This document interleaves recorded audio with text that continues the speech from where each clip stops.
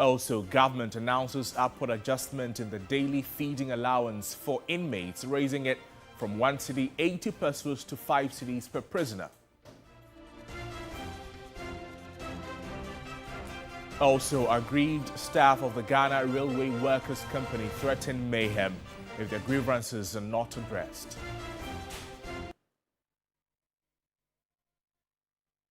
Welcome to the program. We're live also on all our social media platforms at TV3 Ghana. Let's get interactive there. But let's start off with some education stories, as the Education Minister Haruna Idrisu has urged a coalition of unpaid teachers who have been protesting for 13 months unpaid salaries to remain patient and await clearance from the Ministry of Finance. He acknowledged the legitimacy of their demands and assured them that he will work to ensure that their salaries are paid. Nura Mohammed has more here.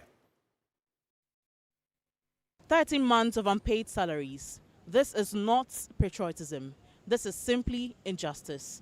These were some of the phrases that could be seen on placards held by some members of the coalition of newly posted teachers who are embarking on a demonstration and convened earlier this morning at Obra Spot and marched all the way to the Jubilee House to present a petition.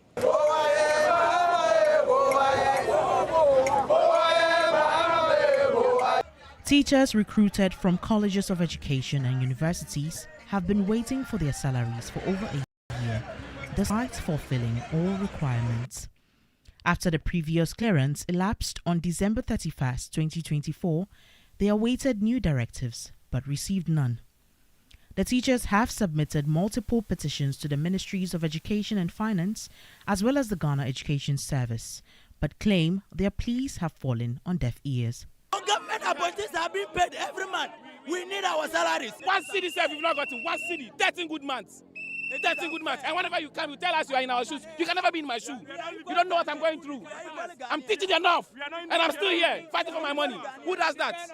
The executives of the coalition presented their petition to the Jubilee House, demanding the president's urgent action. For 9 to 13 months, we've been in the classrooms, we've been at the war front working. You all know how the recruitment process is. When you get the appointment, no one gives you a dime. You would have to go for loans and all that. And for 13 months, without salaries, it's not been easy. We presented a petition expecting that it will get to His Excellency for action to be taken. For a good 2 weeks, we have not heard anything. Once you have brought this here, I will definitely take it in there.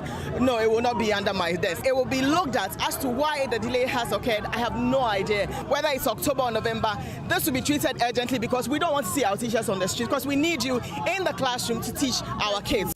Proceeding to the Finance Ministry and the Education Ministry, they made a final stop to the Independence Square, where the Education Minister, Haruna Idrisu, engaged them. The matter which requires urgent solution is 6,700, whose process started.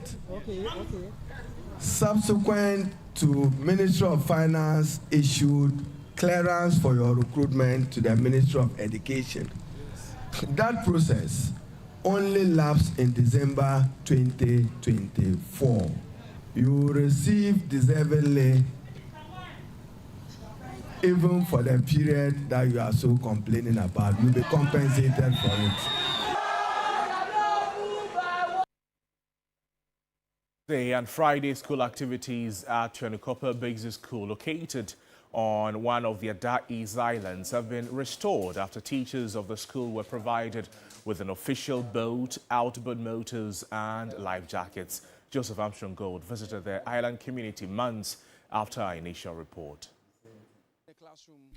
On July 5, 2024, TV3 reported on the plight of island schools in the Ada East district, where Chuanukopa DA Basic School kids could not hold classes on Tuesdays and Fridays. The challenge stemmed from the lack of boats and outboard motors to transport teachers from the mainland to the island, especially on market days. Pupils told TV3 the situation was affecting their academic work, but a follow-up visit to the school on Tuesday, September 30, revealed a turnaround. Teachers now have access to an official outboard boat and life jackets, ensuring consistent teaching days. We can today say we have our own boat, our new machine, that's the Abboud motor, brand new. What you people came to do about 2 years ago. A year ago. I think a year or 2 years ago. It yielded a positive result. The last time you came, they told me my life jacket wasn't a proper one, but today I have a good life jacket. We are currently on our way to Tuanukope, an island school where until last year they did not have a boat. And this time around, we are fortunate. They've been given a boat and an Abboud motor, making commuting to school very easy for them. The headmaster of the Tuanukope Basic School, Abayate, expressed gratitude to TV3 and stakeholders for the intervention. It's not like we choose that we won't go to school Fridays and Tuesdays. But today, as you can see, if not because we have our own boat and we have to fall on the commercial boat, there is no way we can make it. He added that the improvement has reflected in academics, with the school placing third in the Adan East district in the latest BEC results. Academic-wise, this very year, Tuanukope Basic School came third in the whole district when it comes to result-wise. During TV3's visit, pupils were already in class. Some of them confirmed that their teachers' presence has since been regular. Now you people has given both to our teachers. Now they are coming school Tuesday and Friday. Now it's good. The Human Resource Manager of the Adan East Education Directorate, Neokai, also commended its support. Through your reportage, we got help. A mining firm came in and they donated a boat with Abboud motor to the school. The canoe has been in existence and is in use. So if you go to the school Monday to Friday, you see teachers in the school. He, however, appealed for assistance to provide teachers with accommodation, saying government alone cannot shoulder the burden. Currently, there are 5 schools serving 13 island communities in Adan East with a students' population of more than 500. With transport challenges addressed, island communities like Tuanukope are hopeful the next step will be permanent housing for teachers to sustain quality education delivery. Indeed, it appears there has been some sort of improvement here at Tuanukope DA Basic School, but many more things need to be added to make teaching environment here very conducive. Joseph Armstrong, Go TV3, Tuanukope. Well, it's a new academic year for senior high school students, and parents are determined to get the awards the best possible start in school. Judith Brown visited the Makola market where shopping has already begun.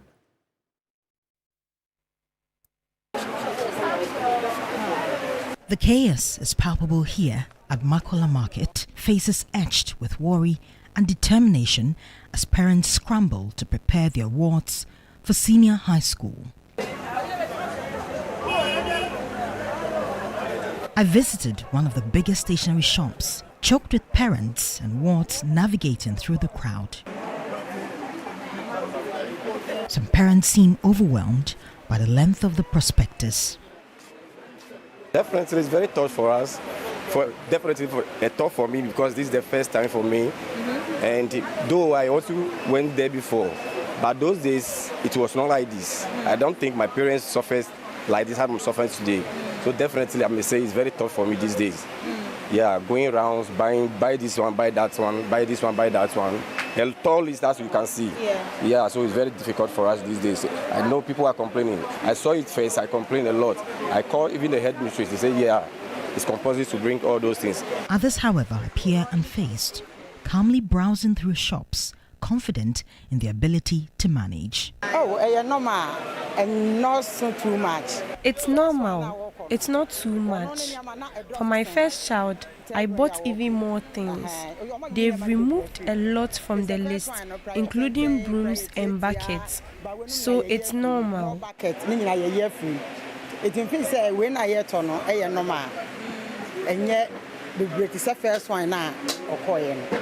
is my first experience. This is the first time my child is going to school. Per the prospectus I'm having, I think it's okay. Per the list and the course, I believe that it also depends on the course that the individual is doing. But with STEM, that's a Washington STEM Academy, their prospectus, everything is cool. The market is bustling, with vendors doing their best to meet the demand, while parents are looking for the best deals on school essentials. Sales are okay, but not as good as previous years. People are still coming, so it's a bit slow. As the new academic year approaches, the question on everyone's mind is, will they get everything they need? Well, the scramble for SHS essentials is on, and parents are clearly leaving no stone unturned. Judith Brown, TV3 News, Accra. And now the Minister for Education, Haruna Idrisu, has reinforced assurances that government has issued warrants for the allocation of 610 million cedis to pay the book and research allowance for tertiary tutors. UTAG had served notice to embark on a strike following government's failure to pay. But addressing the 22nd UTAG Biennial Congress, the sector minister urged delegates to rescind their decision.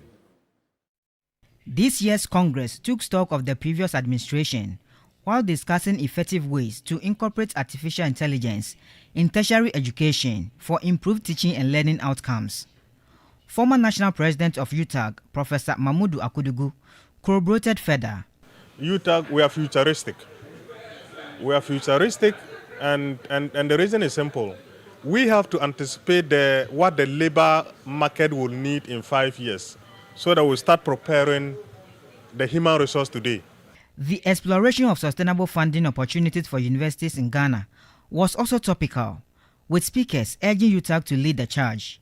The rising enrollment, growing demand for research excellence, and the urgent need for world-class infrastructure. These traditional funding sources have become increasingly insufficient and vulnerable to economic shocks.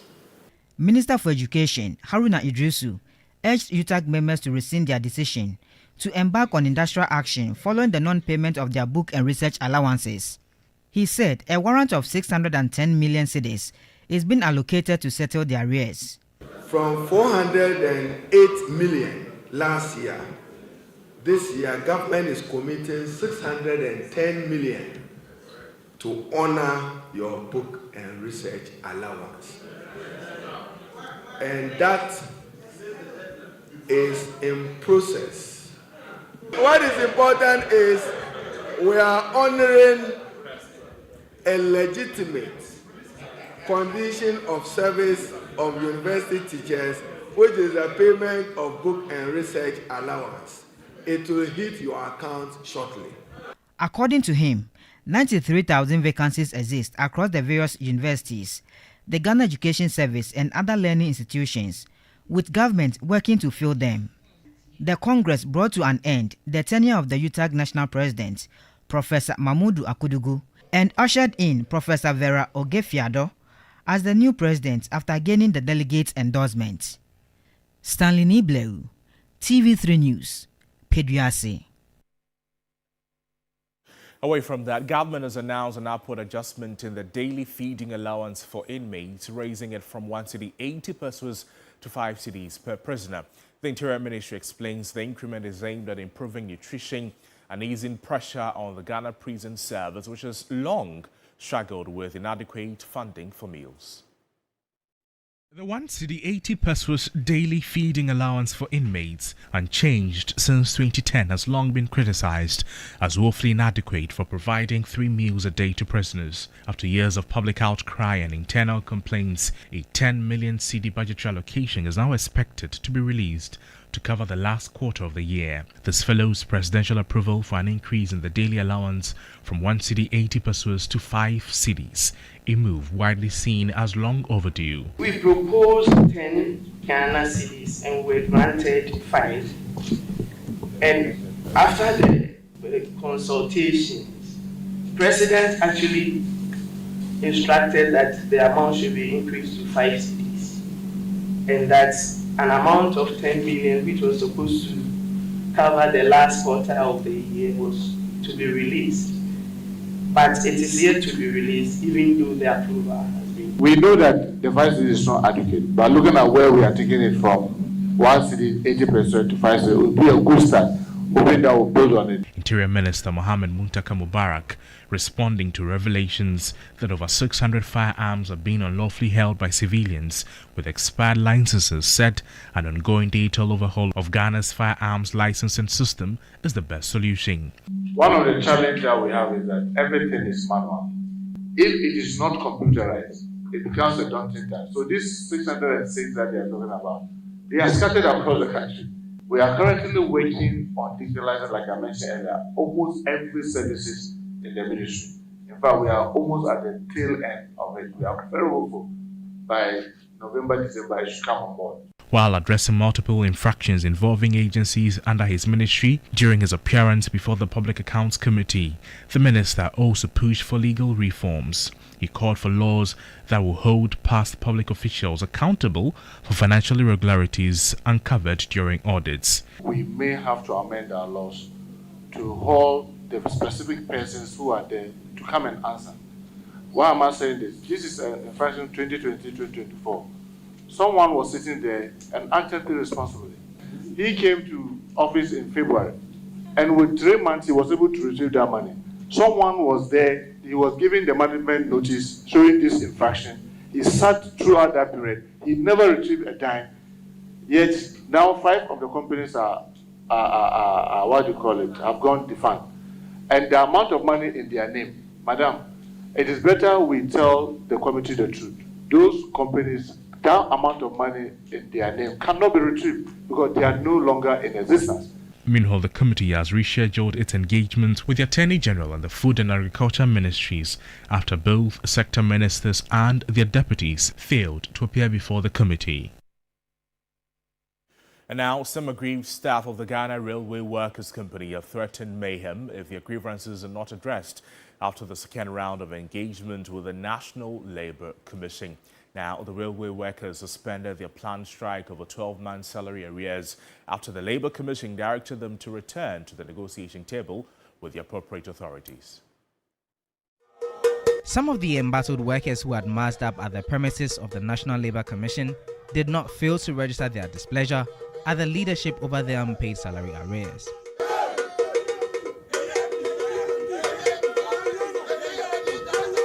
After several hours of engagement between the Ghana Railway Development Authority, Ghana Railway Workers Company, and the Transport Ministry, a verdict of another meeting for further negotiation was concluded. We have given up today up to 8. Today up to 8, that is next week, Wednesday, for all the parties, all the bodies to sit down and have a conclusion on the payment plan, how they are going to pay the 12 months salary. And we will report back on the 9th, that's Thursday, on the 9th, so that we will come up with a payment plan. Then we know that, ending of October, they are paying us, or this and that. So it's up to the ministry, they've urged the ministry to engage the union with the GRC and the GRDA, so that we have a conclusion on the payment plan. Managing Director of the Railway Company, Dr. Michael Ej Anyete, expressed confidence that the workers will not be relegated and lose their jobs. The minister has assured us that everything is under control, and we are very happy. We are of the view that at least something must be done for GRCL workers to also be part of the running of the Tama in Pakadan. You understand? Do you know who are going to drive the trains? Railway workers. Railway workers are going to drive the trains.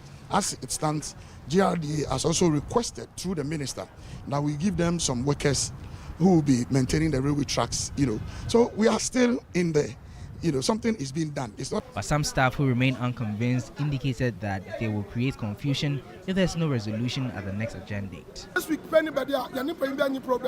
If by next week we have still not been paid, we will wreak havoc in the offices of railway company. We cannot be taken for granted. Their children live large and school in other countries while we suffer without pay. Members of the Railway Workers Union said the non-payment of wages since October 2024 has left employees and their families in severe distress, citing financial hardship, health complications, broken homes, and disruption of children's education. Lord Edwasar, TV3 News, Accra. Well, that's it for the news on Newday, but there's always more news on our website, 3news.com. I am Noble Crosbyan, and Newday continues after this. Good morning.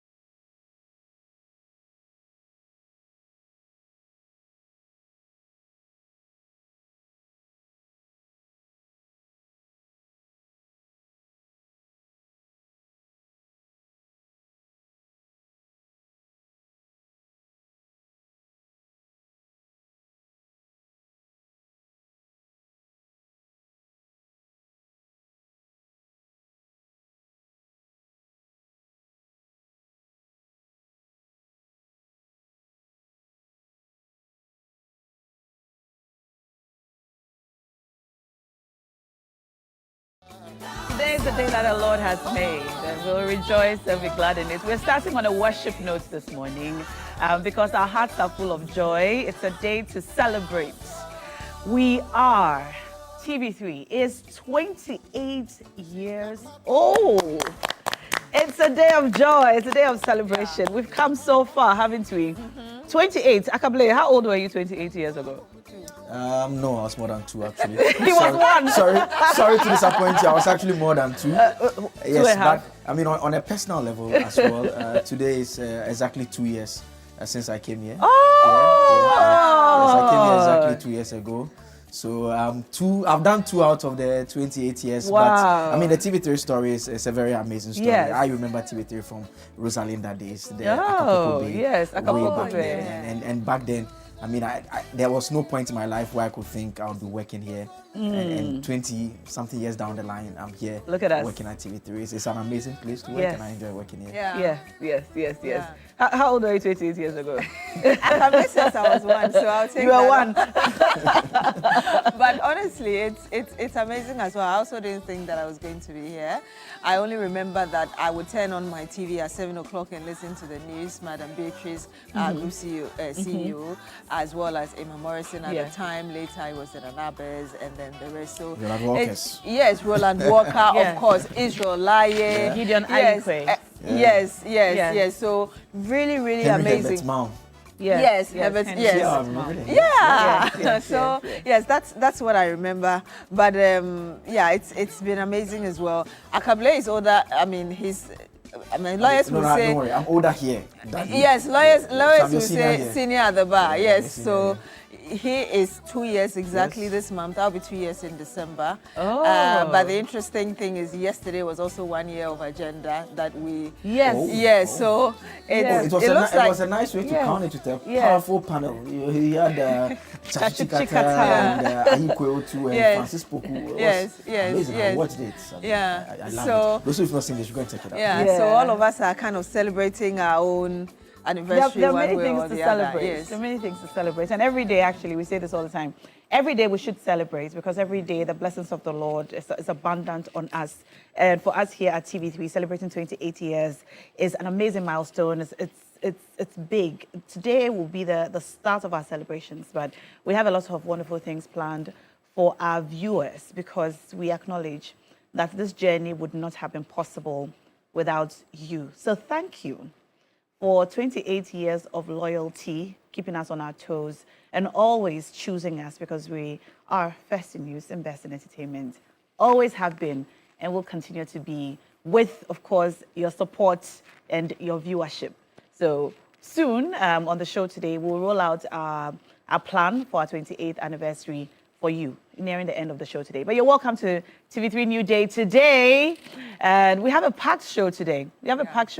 What are we doing on big issues? On big issue, we'll have a conversation which we started off yesterday talking about the new patriotic party, the entire reorganization that the party is trying to do, the challenges it is presenting, and how the party can get out of what many say is a situation of disarray. So we'll have a conversation with that. The regular Wednesday team, Dr. Zato and Solomon Owusu, will be joined by Hamza Suhini. Those who know Hamza as well, you know that it will be a lot of fireworks, but hopefully it will not be like agenda yesterday. I can't wait for the conversation. Yes, it's such a pleasure listening to the team on Wednesday. Of course, all the team, for each day, fantastic. But Wednesday, because of Solomon and Zato and the other members, it's just friends. Okay, so that's what we have for big issues this morning. And of course, we're interactive, so you can always send in your messages under the Facebook live stream, and Akable will read them. Akable will sift through them and read them. Also, we're cashing out this morning, aren't we? Of course. Remember that it is always *439#, and then Okay, we'll talk about that one later. But *439# and you follow the prompt and pick your favorite platform and enter. And you always do know that your favorite right here is on TV3, which is number 2. So again, we're giving out 1,000 CDs to some 10 people, I believe. We gave some money on Monday. Today is the middle of the week. You don't want to miss this opportunity. And remember that the more the stakes, the higher your chances of getting at least a bit of that 1,000 CDs. How many times should they play? Oh, as many times as possible. Oh, the last time Roland said 30, yeah? 30 times. 30, yes. Because if you are not playing more than 30 times, then you are helping the other people to win. Yeah. Roland explained probabilities in a very interesting way. He said, if you do it, if you do it, if you do it, when we are picking, it's likely we'll pick your number. Yes. Okay, so please play and then and win big. But this morning on the show, we received some news from the Ghana about the Ghana Prison Service. The Prison Service has received approval, presidential approval, for the feeding allowance to be increased from 1 cedi 80 pesos to 5 Ghana cedis. From 1 cedi 80 pesos to 5 Ghana cedis. Now, this 5 cedis will be the cost of their meals per day. So morning, breakfast, afternoon lunch, and then supper. 5 cedis. Before now, it was 1 cedi 80 pesos. And this is the first time we've heard of an upward adjustment since 2010. That's about 15 years ago. Yes, this is the first time we've heard of an upward adjustment since 2010. Now, while this news has been received with happiness on one part, some advocates have also questioned what 5 Ghana cedis can do, feeding adults 3 times a day, and would like to find out what your thoughts are on this. The upward adjustment from 1 Ghana cedi, 80 pesos, to 5 cedis feeding prisoners in our prisons. Now, while this is a good or upward adjustment compared to what it was before, does this really solve the problem of poor nutrition and poor health in our prisons, seeing as when prisoners are unwell, the burden is still on the state to pay for their health care and ensure that they get the care they need so they can return to the prisons or get the care at the prisons? Are we giving them enough nutrition to ensure that they are in a good state of health? Aside their feeding and health, what are the other things or reforms which the prisons should see to ensure that the reason for imprisonment, which is rehabilitation, is actually met, so that when prisoners come out, they don't become a burden, I beg your pardon, to their communities? Let's know what your thoughts are. You can reach us. Our phone lines will be displayed in a moment on the screen. Well, it's on the screen now. You can call us now and let us know what your thoughts are on this. It's now time for This Morning.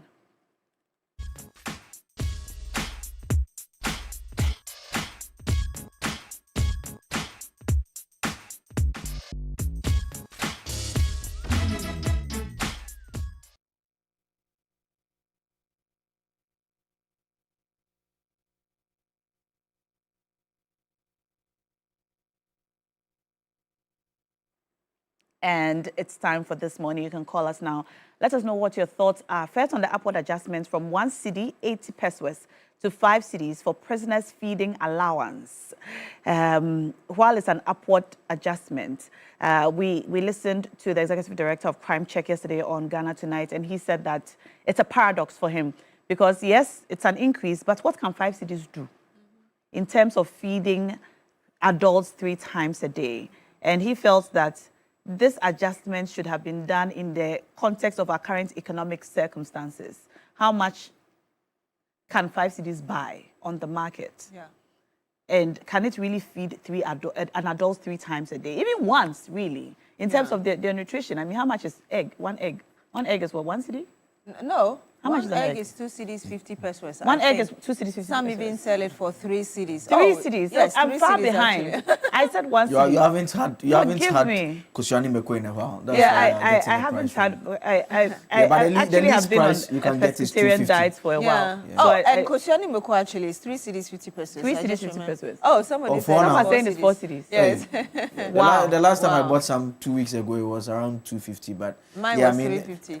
The point you make about the price of the feeding, I mean, there are those who justify it and they'll tell you that because you are cooking for a lot of people. Exactly. But that notwithstanding, I was telling them yesterday in the office that if we each contribute 5 cedis, even if we are 20, it can't produce any quality meal.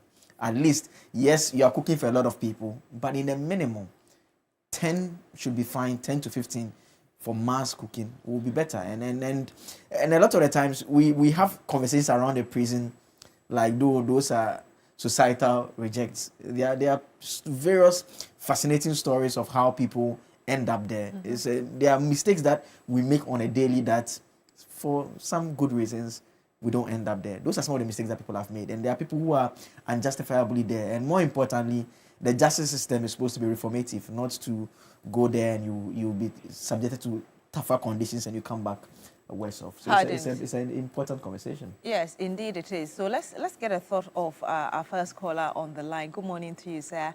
Thank you so much for joining us. Abdullah, tell us where you're calling from and what's on your mind today.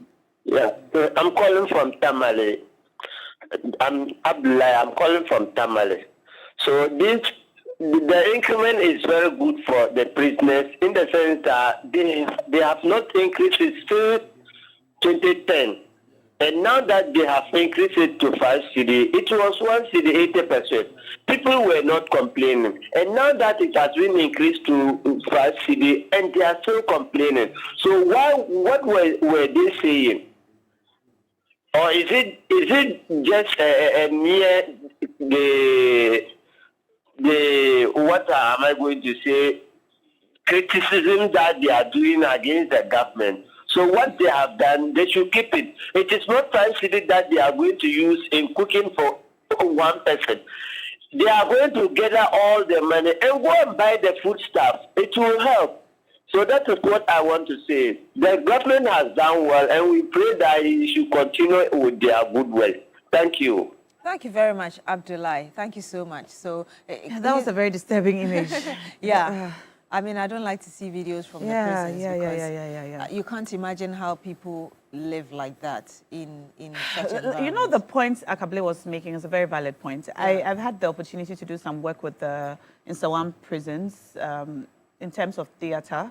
I don't know if you saw. I saw that. I saw the pictures and bits of videos. So I had the opportunity to interact with the inmates for some time over a period while we were rehearsing and so on, and I found out so many things. Like Akable said, there are mistakes that you and I make on a daily basis, which these people have made and have happened, to end up there. And so we shouldn't look at them as rejects or people who don't deserve to live well. At the very least, eat well. Because anything, someone has said this, I heard this once on radio about 10 years ago, anybody can end up in prison. You don't have to be a criminal to end up there. Because as a matter of fact, there are many innocent people in prison. Yeah. That's a conversation for another day. But we're talking about the feeding and the possible reforms which are needed in the prison now. We have another caller joining us. Yes, we do. Adams joins us live. Good morning to you, Adams. Thank you so much for joining us. Yes, thank you so much for joining us. Tell us where you're calling from. Yes. Good morning. Good morning, Adams. Thank you so much for joining us. The increment, we will say that it's good. Because when you are looking, you can't be in the prison, you eat like your house. We should know that if you are in prison, you're supposed to be eating small. If you are in your house, you can eat plenty. Because the way you are, that place can't feel like your house. So the increment is good. Because when you are looking for that thing, because these days, 5 cedi to get the food is difficult. But if you are in prison, you can't eat like your house. So that's it. Thank you. Okay. Well, thank you very much. The quantity of the food. Yeah. But I don't think the problem is the quantity as is the quality. Yes. Because they talk about, I was listening to the executive director of Crime Check, who was talking about cocoa without sugar or any protein, nothing. Nothing. It's just raw white cocoa.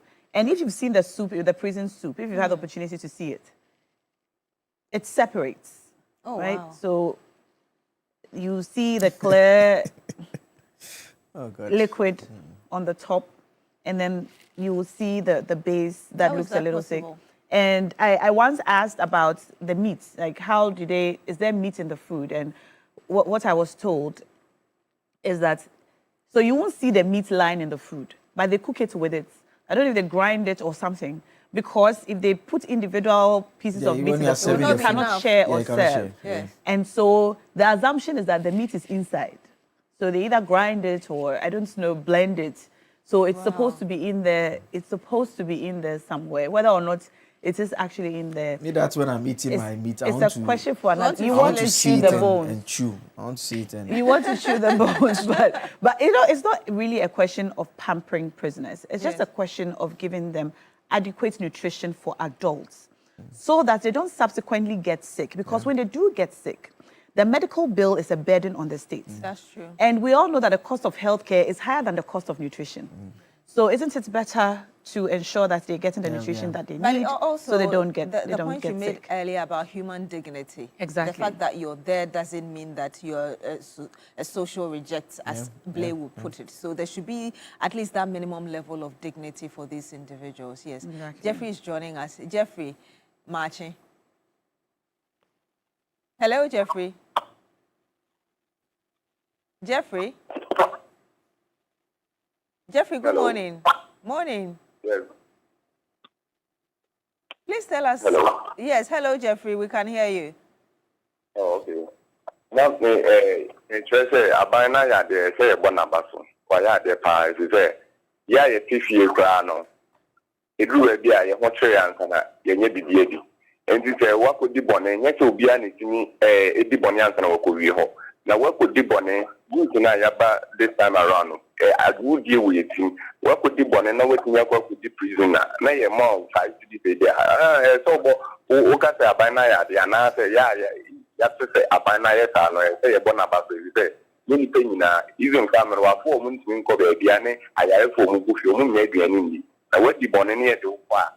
By no, I say a bonabas, and what bit me and many can't answer. Hey. Okay, so let me just translate the last bit he said. If it were him, actually the amount 5 cedis should be reduced. But he's basically saying that the government has done well because, so he's assuming that all those there have sinned and therefore they've gone against the law. Of the glory of yes, God. So they shouldn't be expecting this kind of treatment. You know, when you were talking about the social reject issue, the point you just made before we picked the call. Yes. You know, when someone commits a crime and you create a situation that is very tough, you know, the conditions outside are not as tough as those inside. So you risk the person being able to survive in a tough environment such that when he comes out, he just becomes tougher. Yeah.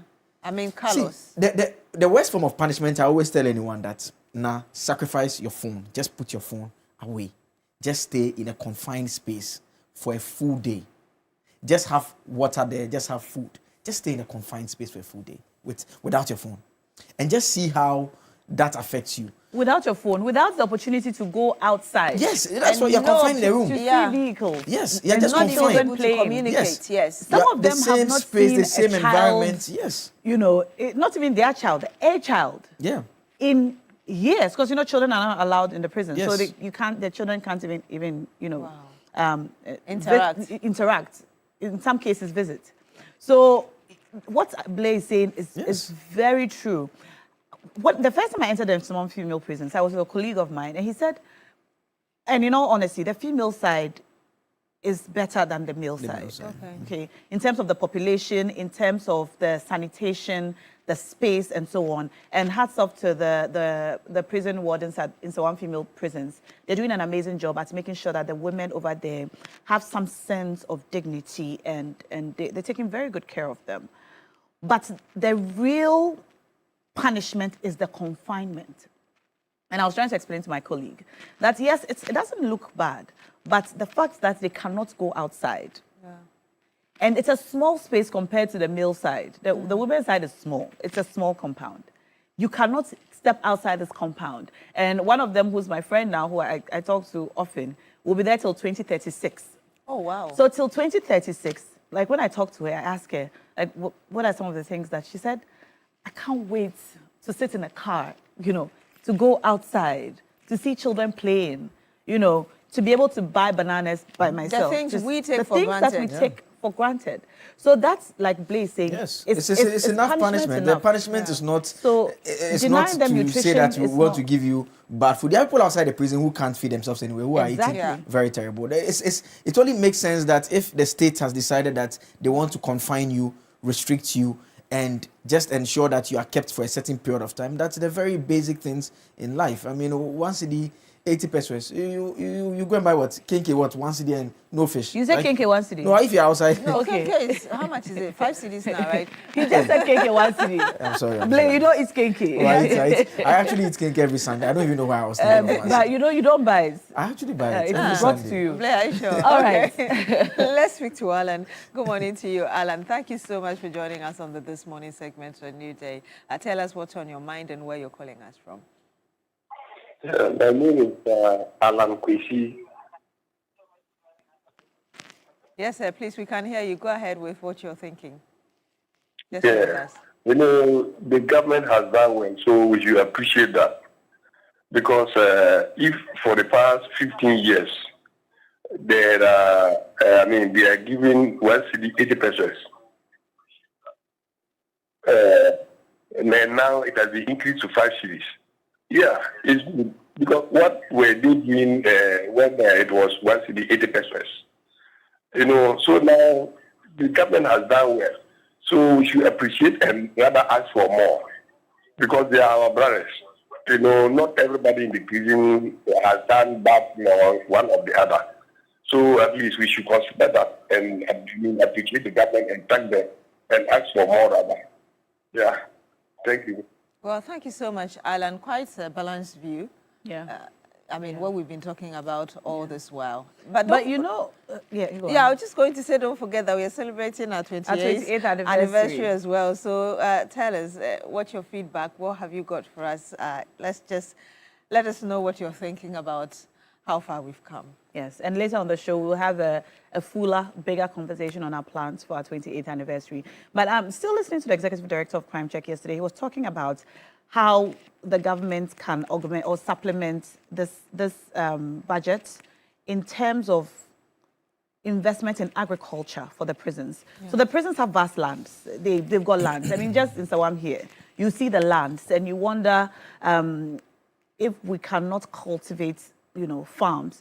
I know they have some farms and some fish ponds and poultry here and there. But if you look at the lands, you see, again, if the land is good for agriculture, if the government can invest in developing those lands so that they can plant the food crops, so that they can have their fish ponds and poultry farms and so on, and supplements their feeding budgets with the produce from the farm. And I thought that was a very laudable idea. I mean, it's great. It goes to support the argument of other people that we should have more of non-custodial sentencing. Mm-hmm. I mean, there's so much to be done in our communities. Let's use them.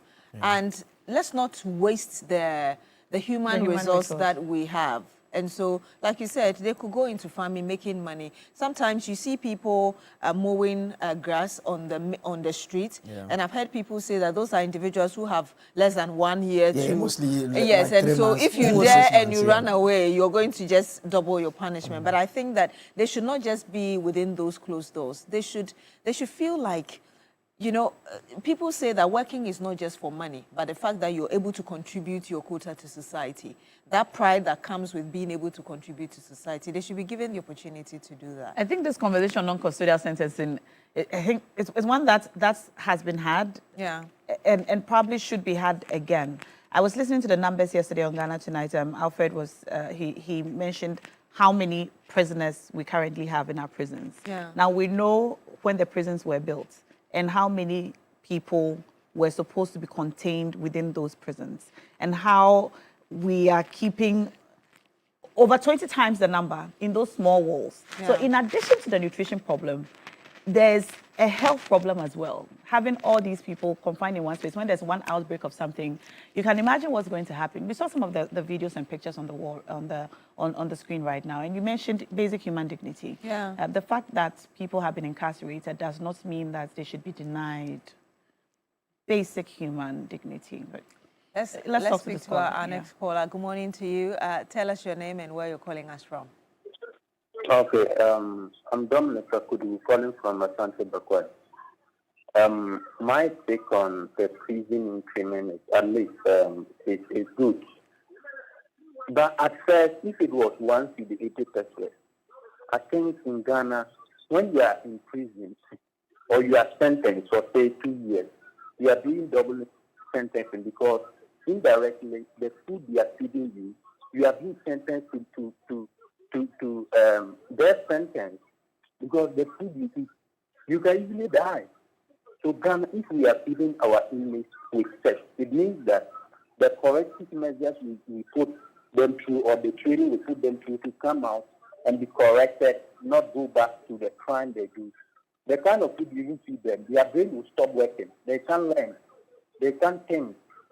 You start to reverse their neurons development. And I think it's a worry, you see.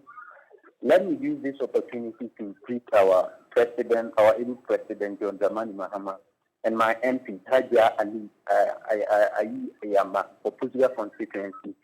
Let me add that President Mahama, if he doesn't go for third term, I think we'll take him to court because that will amount to deception. You can't, pardon me, and with all due respect, he cannot come and deceive us with good governance, with development, and then leave us halfway. He has to take us through. If we, the youth of this country, the current youth of this country were at the time of Nkrumah, I think we would have taken on those who did the coup. So Mama should get prepared for third time. Otherwise, I'll use my last kobo to take him to court. Wow. Also, yes, there's also this then I've been extending my request to my MP. At least I know MPs are to make laws, but at least they have oversight responsibility of lobbying for development for their constituencies and communities in their constituencies aspect. There is this my village in Pusia constituency, the Wari community and others.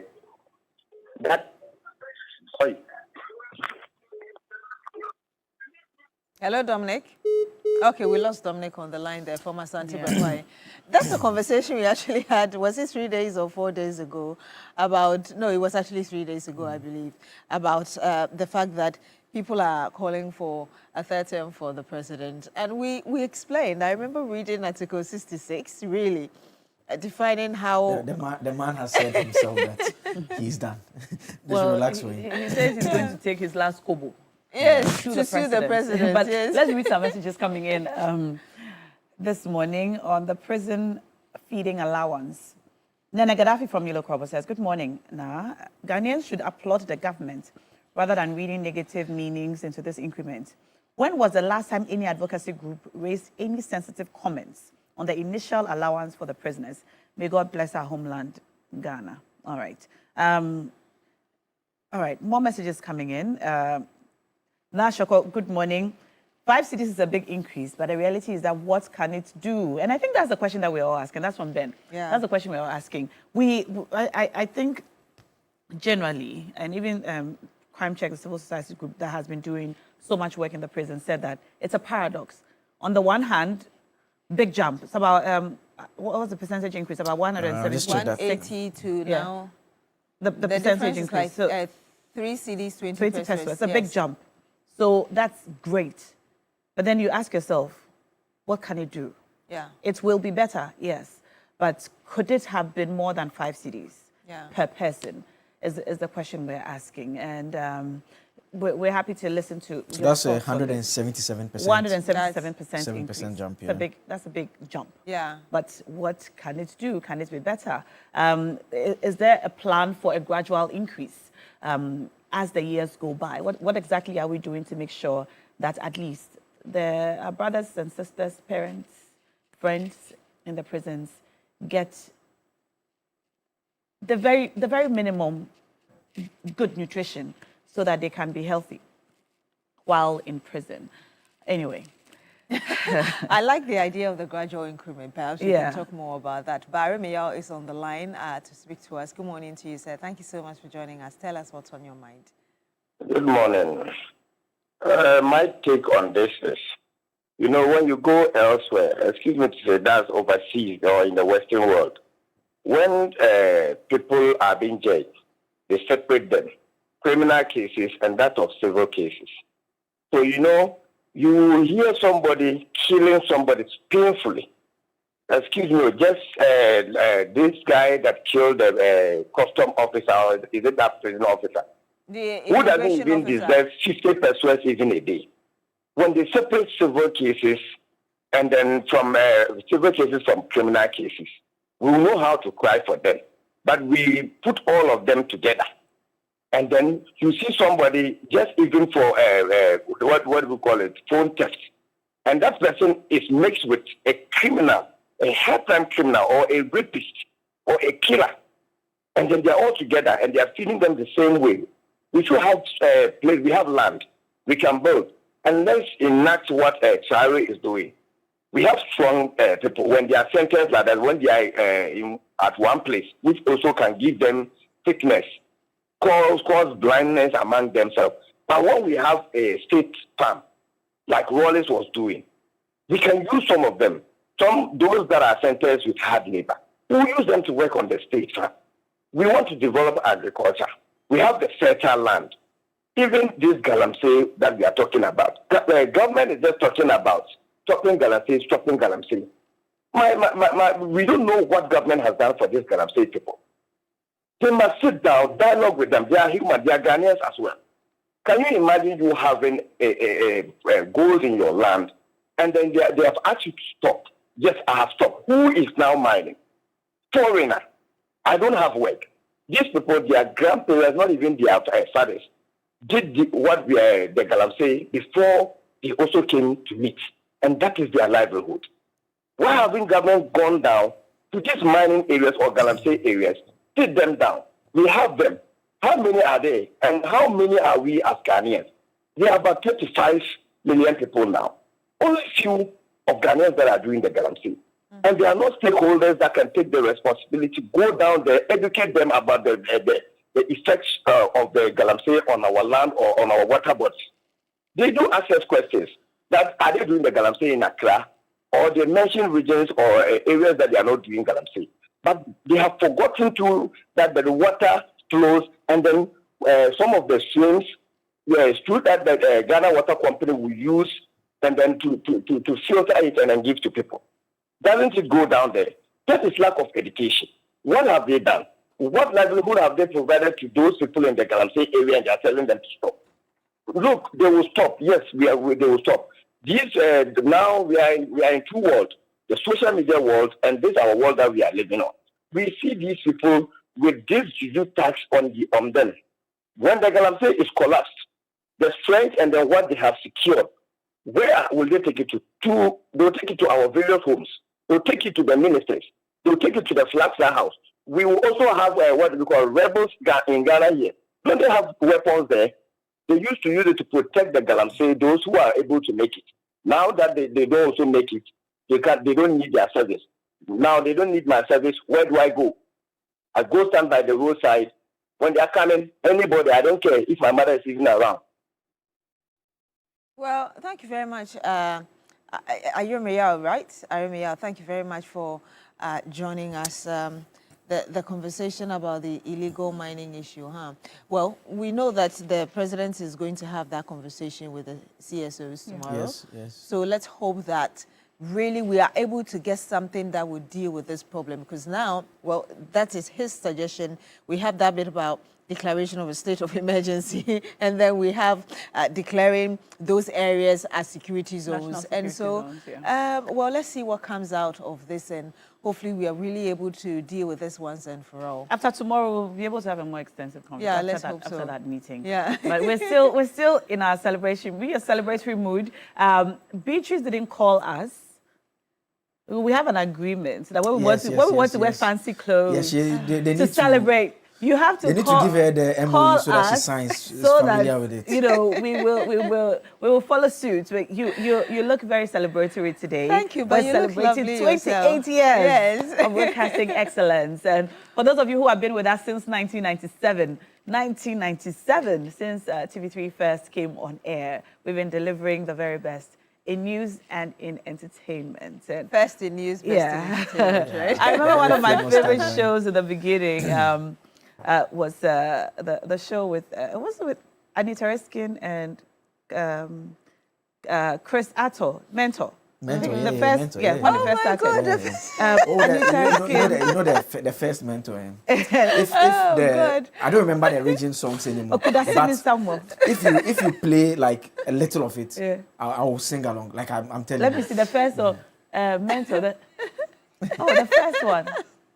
Mentor makes you a star. Mentor makes you go higher. Mentor makes you feel so good. Oh, you wanna join? Oh yeah. But you see, my favorite bit was the live sessions. Yeah. Makokweku Mate Yes. was He was so mean. one of the meanest judges He was so mean. And I remember there was this lady, I don't know whether her name, I'm trying to remember whether it was Rose or something. Rose, yeah. And I remember she came to sing this song, I'll trade you my soul or something like that. And what did he say? He said, it's why you might your name. Oh, God. Yeah. Okay, so Mark was so mean. And he was always like this. Yeah. All the time like this. And I used to feel so sorry for the contestants. Yeah. You know, I used to be anxious. Yeah. Before Mark spoke, but you know, it was all to help shape them into what they are now, and it's also made the show interesting. Yeah, right? it Honestly, it also made the show interesting. Yeah. And then you mentioned Las Badura, right? Oh, yes, I watched that. Acapulco Bay, those were. I think the amazing thing about TV3, I get why it's first in news, best in entertainment as a tagline, because they have a lot of firsts. You know, things that were, I mean, Mentor at the time, there was nothing like that in the country. It was the first of its kind. When the telenovelas came down, it's not now that the telenovelas are in the forms that they are now. At the time, there was none like that. It also came up with that. We also saw what GMB also introduced on its own. Yes, I mean, the funny thing about the telenovelas those times, they are speaking in Spanish, right? You don't even understand the language, but you learn it and you sing it because, I mean, the moment it starts, you just sing along and you're following. It was an introduction to foreign content. Yeah. For us in Ghana, and then the children's shows too. Back in the day, well, there was this Explorer cartoon. Yeah. Oh goodness, I feel like an old man now. Let's pick a corner. I thought you said you were okay. You said you were more than. Please, Akambe was 2 years old. No, never. I was more than. TV3 first came on No. You were born in 1996. Not at all. No, the 1996 people are in the control room. The producers, they are in the control room. Okay, they are even 2000. Play. You get meet them after. You were born in 1996. If they disagree, there's nothing wrong with being young and fresh. I don't know why he's fighting I'm actually young. You were born in 1996. No, I'm actually young, but I reserve the right to correct factually inaccurate statements. Okay, so what shall the correction be? When were you born? The correction is that I was more than 2. When were you born? Pick the call and we'll talk about it. Okay, so is it Vincent on the line? Good morning to you, Vincent. Thank you so much for joining us. Share with us what you're thinking, if you've got any words for us on our anniversary as well. I'm not idea with a massive. You might say I'm celebration because anytime they are the home, you share my TV show, no, the real program I am managing home. Why are they? I mean, the work is living now. Be your bar when it should be my own. Say, they move here to my party about my Ghana. I mean, cause I'm a watching, no bomb over my. Not if you think to me and Uncle Yasafana, the BBR, Rasena. It more man the according. Also, I'm more prison or prison to a unipa. And she also deserves to be maybe an epa. Now, also, not for Modern Papa. In case it will be, according to Yempen for which Nelson Mandela for prison about the president. Yeah, that means the Obiani Chebre Yamiti Yamita Congress at the Sun table will be a call for October CDB. Obedicable Bravo, Pia, Nanima identity, Yamati, and Penny Ponte, a moment and come, although ebinom bonia bu against us but so omokai ho inko ade esi etimi no na ye bo mo so mutimi de fix at the na na ye no na de ebeki ade di o mababo na yin na ye shirama o mangana ya mi shirama work etimi na mani jimo bebre. Amen. So. Someone says now some of us deserve an award from TV3. And this is because you've been a very loyal viewer. All right, it's a long message from landlord from Bolga D-Line. We've moved on from our conversation on prisons, but if I don't read your message, I know you're not going to be happy with me. So he says, for now, the government has done well, though the increment is not enough, but it's a sign of something good. Prisoners should also go into farming so they can feed themselves and save some of the money while serving their time. God bless the president and everybody who's doing their best. All right, thank you for that message. Now, TV3 has been the best from day one. TV3 was the first station with clear pictures. Back in the day, you could tell when you switched to TV3 that these pictures are not from here. They're from here. They're from here. They're from here. But of course, yes, TV3 has been clear from day one. And my first time here at TV3 was as a pundit on the Diva show, a sports show. I was a sports pundit, you know. I was a sports pundit talking about, football, especially local football. But you're actually in Ghana. living it. The Premier League. I know. You're always jogging, always lifting weight and going to the site. Going to the stadium to support the small team in Accra. The Premier League is back. And, I think TV3 is also the first station to really actually partner with the Ghana Premier League. Yeah. I stand to be corrected. In this manner. To promote the Premier League, to cover the Premier League and bring quality football content, local football content to you wherever you are. So shout out to APL and I was at the stadium to watch the House of Oak match and 11-1. The small team in Accra. 11-1, please. You support 11 Wonders, eh? Which one is your team? You support 11 Wonders. Oh, I support your team. Does your team have a jersey? Does your team have a jersey? Okay. The great so Accra has a you support the plantain. What's your tagline? If you kill plantain, you can eat more plantain. Oh, no. It is Ukuma Hey, your tree is bad. Your tree is bad. I get it. Apim is like 100. If you kill hundreds will more. How can your team, your logo, your tagline be if you kill plantain? You can eat more plantain. Apim is just it's like 100 plantain and koto. Yeah, 100. But you know it's also name of one of the plantain. It is alright plantain. That's Apim. Yes, I beg. We have a match against the plantain people on the 12th of October. Okay. Accra House of Oak versus Plantain International. Okay, you wait until Summertex we wear a crown and show Summertex. Do you have a jersey? Anyway, back to the full life. Let's go to James. James Joyce is live on the line. Go on into you, James. Tell us where you're calling us from and what's on your mind. Is it 28th anniversary or we've moved on from the prisons, right? But now we just spoke about the Ghana Premier League as well. Where do you stand? Hi, James. Okay, it looks like we've lost Chief Mante says, TV3 has always played a yeoman's job in this country and is still forever doing that. That's from Chief Mante. So shouts to the team at TV3. TV3 has always employed the very best people. Congratulations to you, and we're happy to be part of this celebration. All right, and then PHK says, TV3 is the best. Congratulations to TV3. God bless TV3. Amen. Amen. And as we promised, later on the show today, we're going to bring you what our plans are to celebrate TV3 and all the good work that we're doing here with your support. We have another caller joining us. Yes, we have Evans on the line. Good morning to you, Evans. Thank you so much for joining us this morning. Tell us what's on your mind. Good morning. Thank you so much for answering. I've been trying to reach or get to TV3 for over 3 months now. Oh, wow.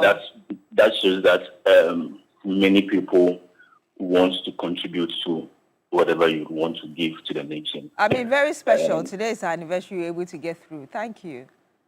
Thank you too so much. My touch on the prisons.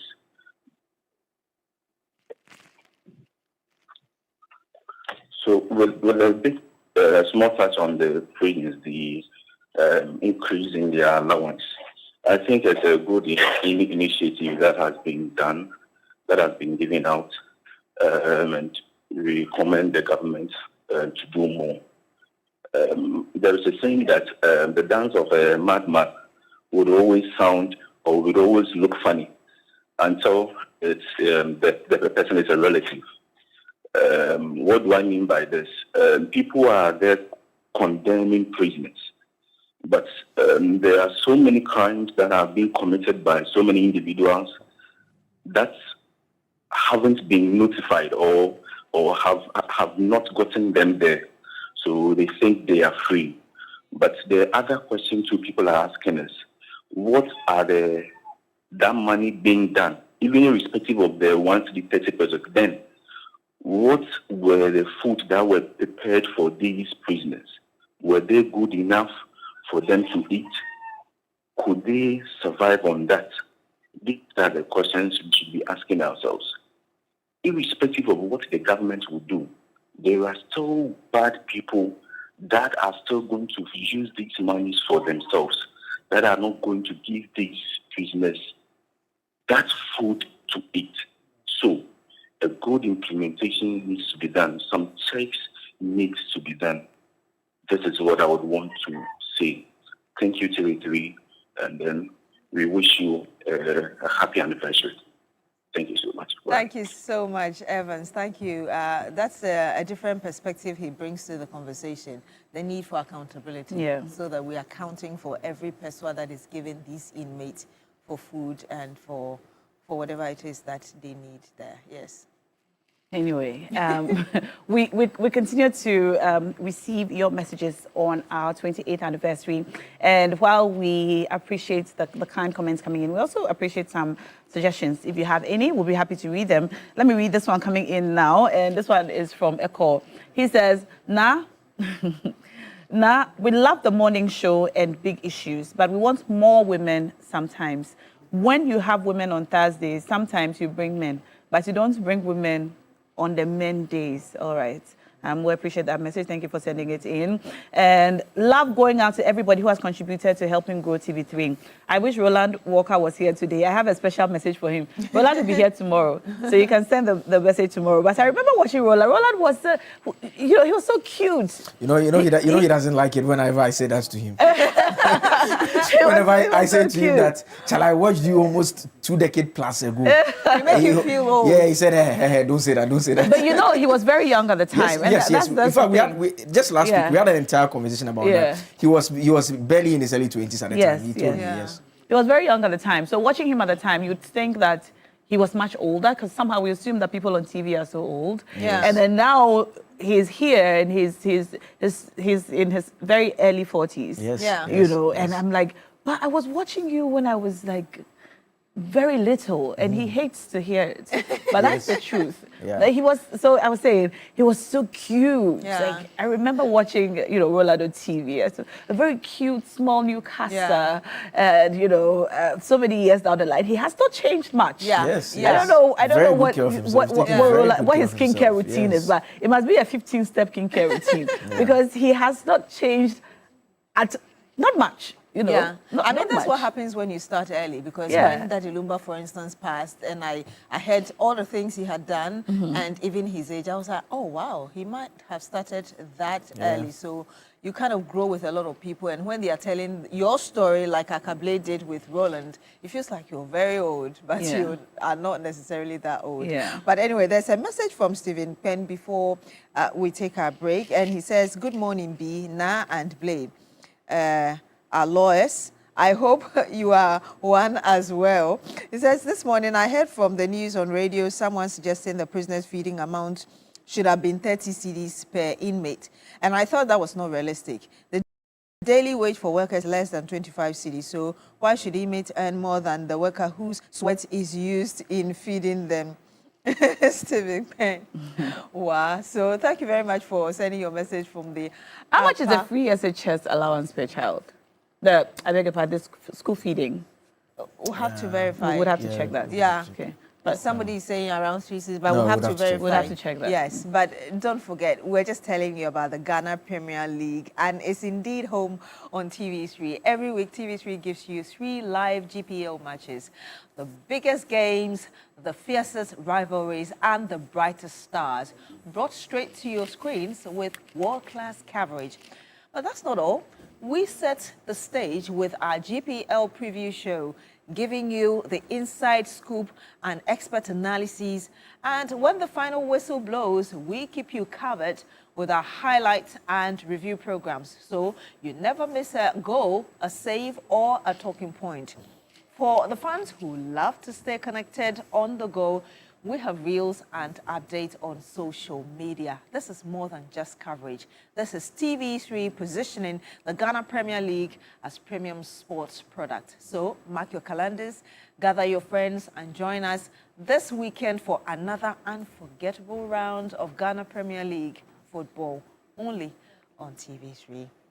All right, I have messages about I have messages about Roland. Apparently, Roland Walker eats mushrooms. Oh. That's why he's so fresh. I don't know if mushrooms is a code for something. Is it code for something? I'll It's have not? to check. Okay, so he But eats mushrooms. That's are why he's so nice, yes. fresh, like Kalio man. Hey. Okay. All right. Well, that's it for this morning, and we're on till 10 a.m. today. You're watching TV3 Newday. We'll be right back. I am a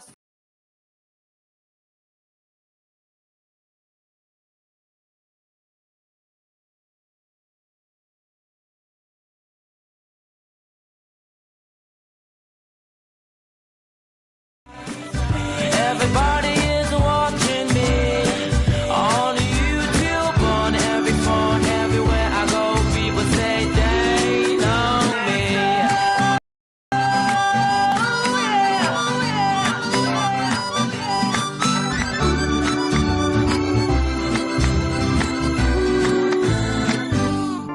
Join the audition.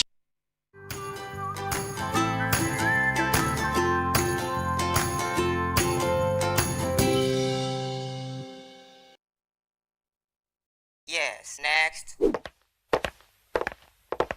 Hey, Nadia Benson.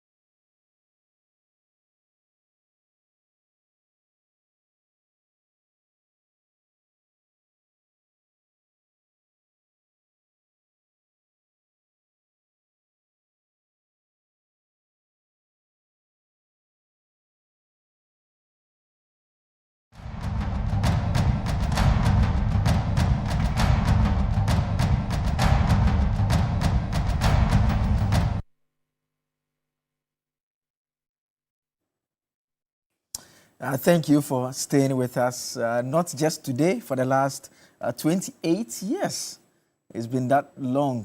You've been an amazing viewer. And like we said earlier on the show, I mean, from the days of Rosalinda, mentor, all through to now, you've always been with us. And it just keeps getting better and better. And we remain number one for the reason that you keep on watching us. Thank you for staying with TV3. It's time for the discussion segment like we do it every Wednesday. And let me introduce you to my guest in the studio. Dr. Joshua Zato is a political science lecturer and political analyst as well. Doc, thank you so much for joining us. Good morning, and thank you to you and your listeners. And congratulations on your 28 years. Yeah, I remember when we were in Legon and TV3 was starting, you know. Emma Morrison was the one reading the news. And those were good old days. Yes. Congratulations. Well and well deserved. Also in the studio is Hamza Suini. Hamza Suini is a legal practitioner. I'm sure I've left a part of his name there somewhere. Hamza is a legal practitioner and a member of the National Democratic Congress. I left something out here? No, not really. Not really. It should be fine. It should be fine, yeah? It should be fine. I'm good with the Hamza Suini. Good morning to you, and of course, good morning to my colleagues in the studio. We are trying to look better than our problems, like we've always done as young men. I see. Also in the studio, yes, Solo is here. Solomon Owusu, Senior Communicator, Movement for Change, is with us in the studio. Good to see you once again. Good to be here, Akable, and good morning to your cherished viewers. I'm very happy that TV3 is 28 years and one of your ardent viewers. He was there right from the beginning. If you go to Cape Coast, his name is Mr. Frank Hatchful, a.k.a. Oguakoto. Oguakoto is an institution in Cape Coast, and it's one of the reasons TV3 continues to grow in the central region. Unfortunately, he's burying the mother this weekend. Mr. Oguakoto, I want to wish you the best of luck, and I want to assure you that on Saturday, I will be in Cape Coast to mourn with you from dawn to dusk. Our condolences to him, and we thank him so much for staying with us always right here on TV3.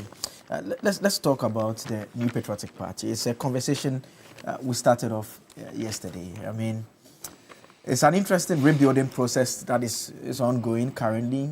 The very latest that came up yesterday is the fact that the submission of a petition to the National Disciplinary Committee on the conduct of Mr. Kwame Bafo, popularly known as Abronia DC, and this is a statement that was signed by the General Secretary, Justin Kodua, and the context within which all of this is playing out were two videos, one involving Chairman Wuntumi and Abronia, in which they had suggested a possible tampering with the register to favor a certain candidate. Afterwards, the party issued a statement distancing itself from the comments by the two individuals. Then there was a statement from the camp of Kennedy Japan, signed by spokesperson Kwesi Kwarteng, demanding that disciplinary actions should take place with regards to the two individuals. We've now seen one statement dealing with Abronia. I've not seen one in relation to Chairman Wuntumi. And the statement that deals with Abronia, it says here, the National Secretariat of the New Patriotic Party wishes to inform the public and all stakeholders that the General Secretary, Justin Kodua Frimpong, has formally submitted a petition to the National Disciplinary Committee regarding the conduct of Mr. Kwame Bafo, popularly known as Abronia DC. The petition outlines a series of actions that are deemed not only unbecoming of a member of the party, but also gravely detrimental to the image, unity, and integrity of the organization. We have to take a quick break. We'll be right back with more.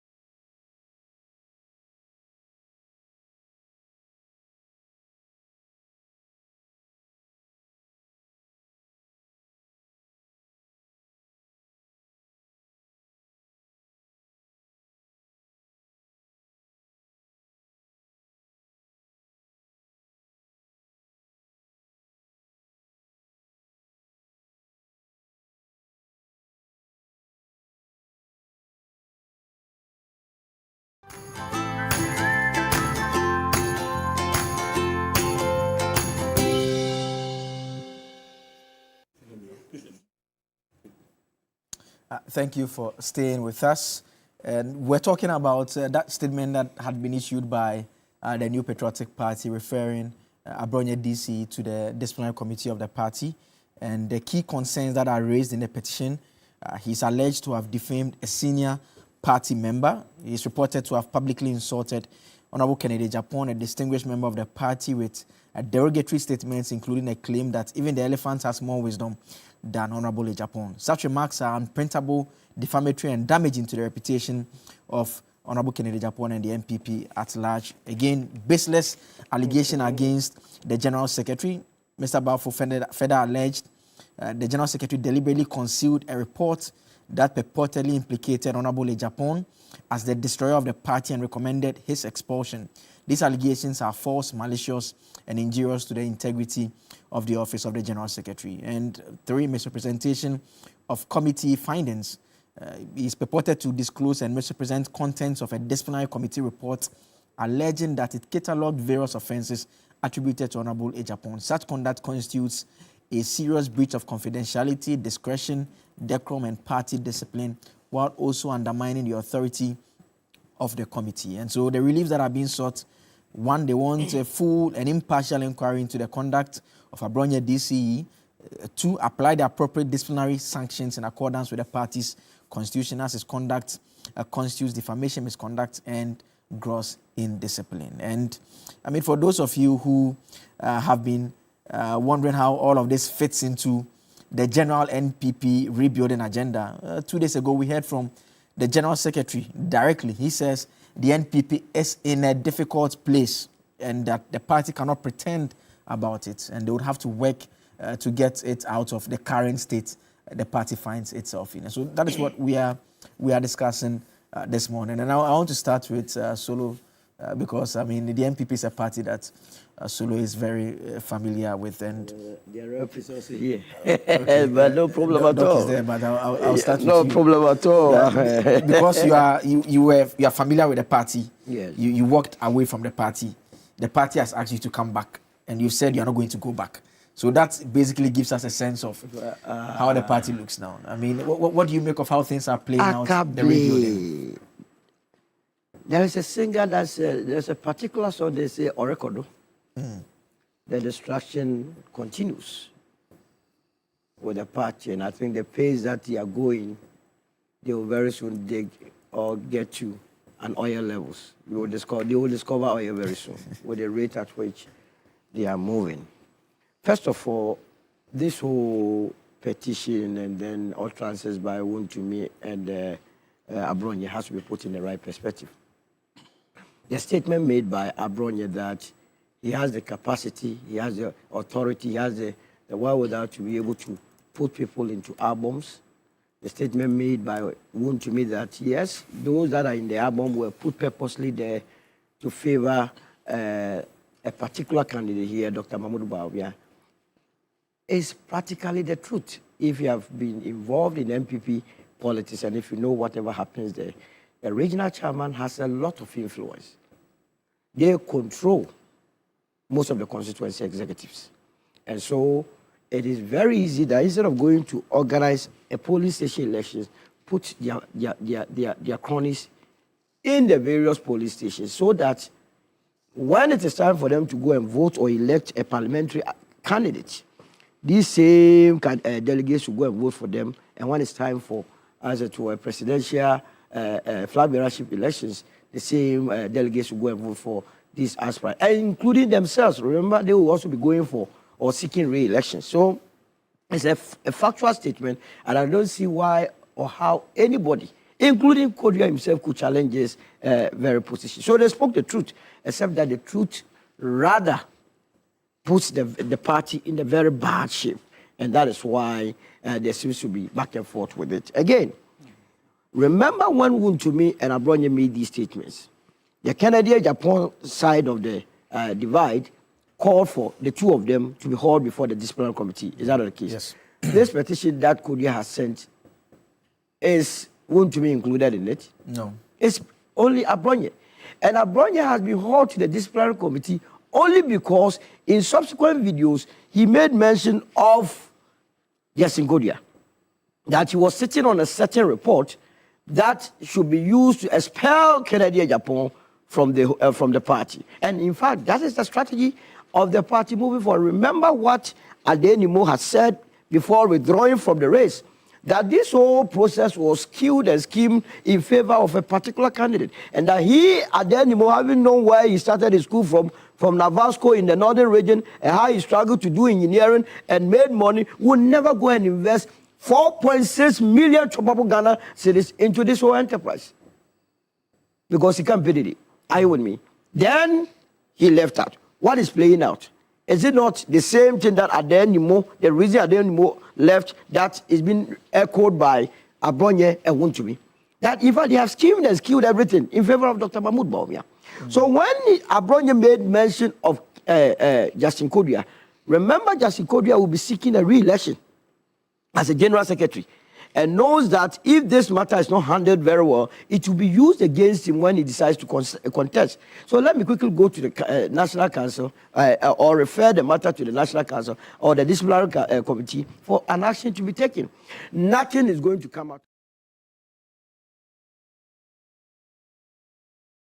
Just life, so that he can expose the Antichrist. Remember, we have been treated to sinners, 10 sins, 5 sins, 13 sins here and there. Now they have moved and not further. Abonye has moved the thing and not further to bring in Antichrist. How can you refer or describe a party member, a fellow party member, who has the potential of leading your party, and you are Abonye, you are a member of the National Executive Committee, as well as a member of the National Council, as an Antichrist? So in the event, in an unlikely event that Kennedy wins, how then you come back and convince the entire Ghanaian that Kennedy is not an Antichrist? You see how people talk by heart and then give advantage to our party. By the way, our party very soon will be at play.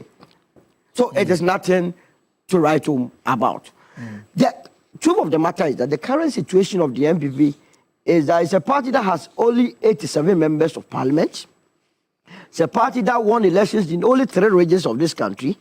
It's a party that lost heavily in Greater Accra, lost heavily in the Volta region, lost heavily in Western North, and most parts of this country.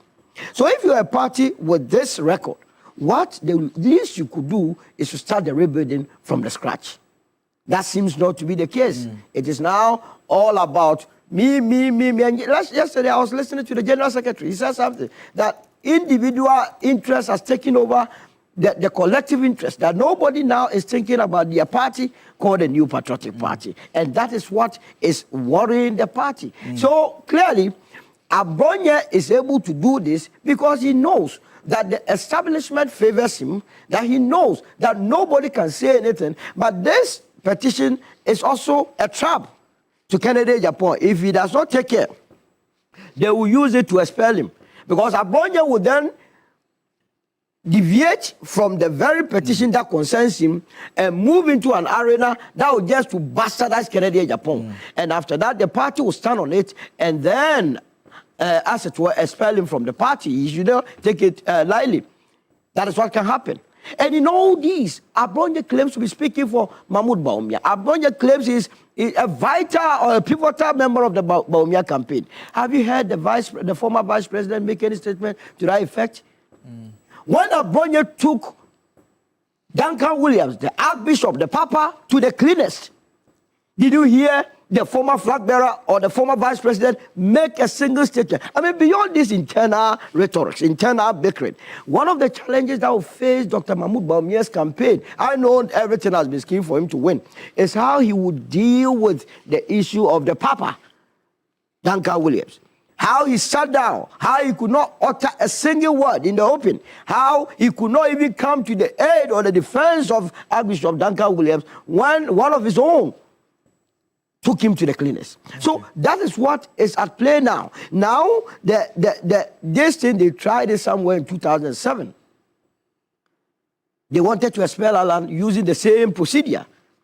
Can you imagine when Alan Chamante went to a vetting committee in 2007? First time I'm telling the world that Mr. Peter Alajete looked straight into Alan's face and asked him, Mr. Alan Chamante, are you a member of the MPP? At the vetting committee, can you imagine, Kabli? Because the system has been set up in such a way that they were going to expel him. When they see that the competition is becoming tough, they have to find other ways and means to get you out. So for me, this is a party that is struggling. They need something extraordinary to turn around things. But from where I sit, there seem to be no leaders or elders who are ready to put their foot down and say, enough is enough. Let's stop what we are doing. We are destroying the political party to beyond repairs. It will collapse eventually, but the way and manner they are moving fast, that is what some of us are concerned. That don't move faster than the anticipated timelines. We know you will collapse, but we have a timeline that you will do so. But do not bring it forward. Because when you collapse before our party's establishment, it becomes a problem. Okay. There has to be a party that will fill in that gap. Remember that when the CPP went down, there was a party that filled in their stead. So before you collapse, there has to be a party, a vibrant party that will take Hamza's party on, which is our party. Because we are going to give constructive, we are going to take them on in all aspects of their governance. Okay. What they promise the people of this country. Okay. Let me come to Doc now. And Doc, I mean, there are those who are looking at what is playing out, and they will say that is the more reason why potentially it would have been better if the party had organized from the ground, the very low level. Because now we are being told that we've heard from 2 officers saying that, well, the register, we can manipulate it a certain way. If we start at that level, it will mean that they are going to have new executives at all levels, all the way to the top. Then they have the main elections. But now, the manner they are going about it, some are saying that that is what is causing what is playing out currently. Did you share that point of view? Once again, good morning to you. I think that today I want to do a little bit more of an intellectual analysis. And I want to do a little bit more of a historical analysis. I want us to go all the way back to 1998. It's important that when some of these issues come up, that we contextualize them and begin to understand that there are certain issues that are just natural with political parties. There are certain issues that just happen so long as you're a political party. And that we've seen that political parties in Ghana, especially the 2 dominant ones, have gone through this and they've made them stronger and better. That if there are people who don't understand this, unless we do this education, they will not comprehend this. I start with the NDC in 1998. Jerry John Rawlings was leaving the scene. The biggest problem was who to succeed Jerry John Rawlings. There were people in the NDC. The front runner, the person they were projecting was a gentleman called Augustus Guzitano to replace Jerry John Rawlings. Do you know what happened? Jerry John Rawlings did him the Swedru declaration. At Swedru, Jerry John Rawlings held the hand of Atta Mills to say that this is my son in whom I'm more favored. This guy should lead the NDC. It won't happen. Do you know what happened to the NDC? It split. Guzitano left and went and formed his own reform party. Took the people with him. Later on, the NDC went through the same thing again. What's the name? Obeda Samoa, Faustina Nelson, and others also left. Went and formed their own political party. Nana Konodo Ajima Rawlings, whose husband formed the NDC, left and formed the party. The NDC endured. This is the only political party so far in the Fourth Republic that's integrated and formed its own party. The NDC did that. But no, the NDC stood steadfast, stood to their core. They withered all the storm. And by 2008, they rode back to power. By 2008, that same Professor Mills. Adversity comes to all political parties. Political parties, I said, are very vulnerable when they are going through transitions. That is the history of the NDC. That's what happens. And today, that Guzitano is one of the biggest, most senior advisors to the sitting president of Ghana. Today, some of the people in those political parties are occupying very powerful positions in the NDC. That's what history has told us. Political parties go through a lot. And nobody rise up a political party just because they are going through turmoil. Do you understand that? 2, then we come to the NPP. A similar thing happened. But what became known as the Sunyani earthquake. That was where JF4 and Akufo-Addo met to select who leads the party. That was where Akufo-Addo gave one of the best speeches of political life. It was this woman from Cape Coast, I always forget her name, who introduced Akufo-Addo. That was the best speech she also gave. Akufo-Addo lost that election. But Akufo did something. He stood by the party. He stood committed to the party. And he campaigned with J. Akufo, and MPP won the elections. He remained with the party, and he remained as the heir apparent. All the way until 2007. Something happened. The MPP went for a congress. at the University of Ghana, Legon. Akufo-Addo and Alan Chamanten were the two leading candidates. Alan lost that election. You know what he did? He resigned. For the first time in the history of the MPP, a leading member of the party who lost a primary, delegates humbled you, he resigned. I want you to understand the chronology. He resigned. The MPP went ahead to lose that election and stayed in opposition and lost back-to-back elections for almost 8 years. I want you to understand. Then something happened. In that period, the MPP went ahead to suspend their national chairman, went ahead to suspend their general secretary, went ahead to suspend another leading member of the party while they were in opposition. They went through all this turmoil. But again, the party came back roaring. In 2016, they won. In 2020, they won back-to-back elections. Then something happened again after that. The same Alan Chamanten came back to the party. And then something else happened. He went again to contest for presidency. Once again, delegates humbled him. Once again, delegates rejected him. And you know what he did again? For the second time, he quit the party. Honorable Alan Chamanten is the biggest disruptor, he's the biggest quitter, and he's the most indisciplined person in the history of the MPP. He's the one who has resigned twice and come back. And now he's resigned. So if you want to see the most indisciplined person in the MPP, in the history of the MPP, starting from history, he is the man who has shown that whenever delegates reject him, he will resign. He goes to delegates and says, if you don't vote for me, I'll resign, and he has done that. That is the history that has come. And now the MPP has lost elections. So if you look at our history, if you just do the analysis, political parties have gone through a lot in their formation, in their restructuring, but they always find a way to stay true to their core. It happened to the NDC, to their in power. It happened to the MPP, today they are in opposition. We've seen this. So there's nothing new, there's nothing strange about this. Today, again, we are seeing the moment the succession plans in the NDC is about to start, we've seen what is happening in the NDC. It's too early. A member of parliament of the NDC had cause to complain. What are you coming to thank us for? The China Pagakunz, what are you coming to tell us for? We have no appointments. We have no development. What are you coming to? What happened? He was summoned to the National Inquiry into Otishad. When Honorable, when Asiedu Nketia said he was going to take it, we saw Ras Mubarak issued a statement condemning that. My point is that you will see more of this, not less. You will see more of this. They are natural with the terrain. They happen whenever there is a succession. They happen whenever you're living. Because see, is the price, what drives them is the price at stake. You know that today, if you are the NDC flag bearer, you've got 50% of the votes, you leave only one to be president. You know that today, if you are the MPP flag bearer, you've got 50% of the votes, you need one. The price makes that. And it's about power. People, alliances change. People feel, okay, you know what? If I'm with this person and the person win, I'll get this. If I'm with this person. So it's not the best to sit down and when you see a political party going through turmoil, that this one, to write them off. Because history has told us that. That in and of itself is not sufficient to ridiculous the party. Yeah, but should the history not be the more reason why the party is careful about how it goes about the rebuilding process? Exactly. And you've seen that there are changes. For instance, the MPP has realized that because of that history, let's have our primaries to elect our flag bearer early and do this. That was informed by the history. Again, the same history has told the NDC. That's what the NDC has officially written. Members has officially written or commented or complained. And they've told, and some have even warned Musa Dankwa to stop polling the early primaries. I've said that nobody has declared to run. Why are you polling us? Both parties are learning from history. They are saying that, look, if you continue with this polling you are doing, Musa Dankwa, it's going to create a disruption for us. We are just 10 months into government. We have a lot to do. If you start this polling right now, it will disrupt our front. So that is a party being proactive and saying that Musa Dankwa, stop polling us. Don't poll us at all. He fired back today by saying, hey, I've been polling the MPP for so long, they've never told us directly to stop. We do that.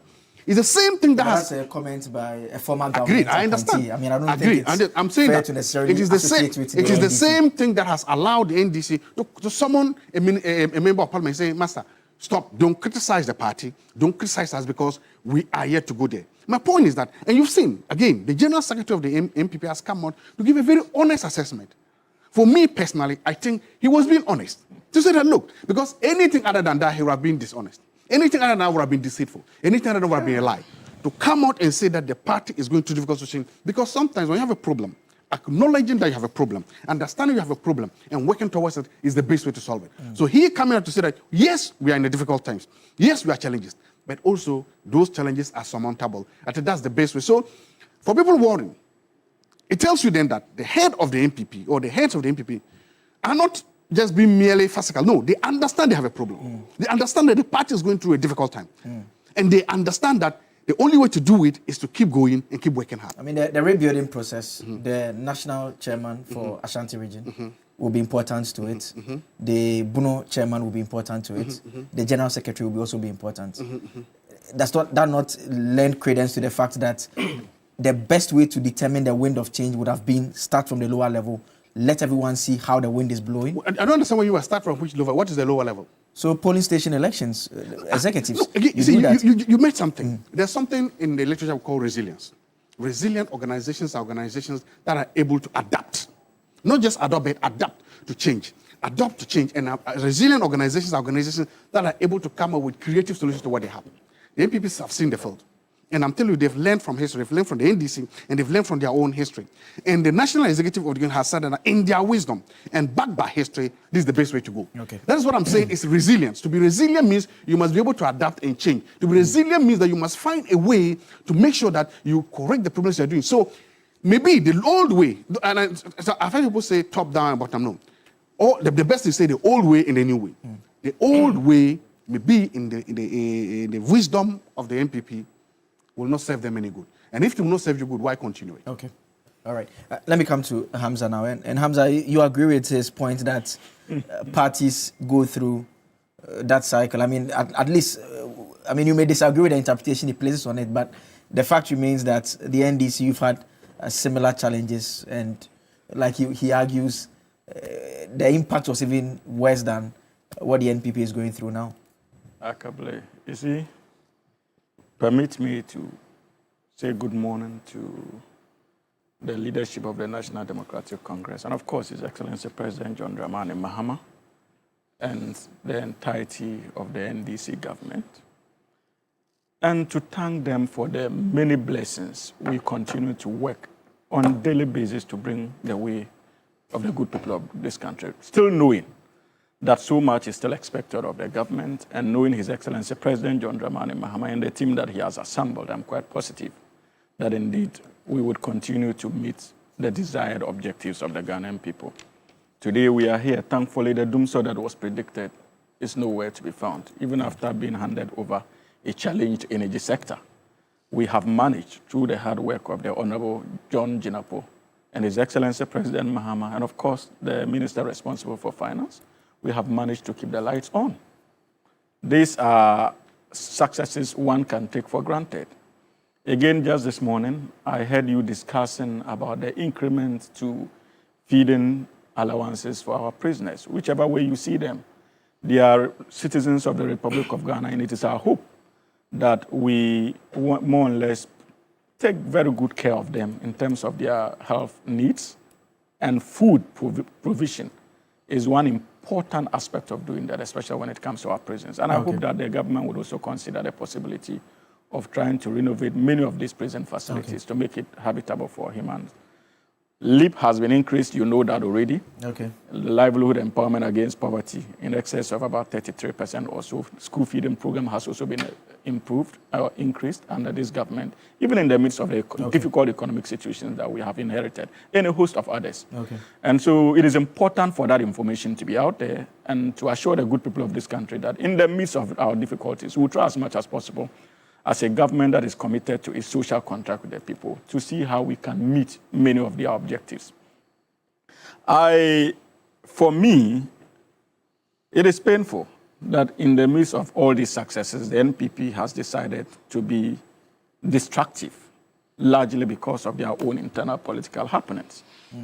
Instead of them to be concerned or concentrate on the bigger picture of national development, holding this government accountable.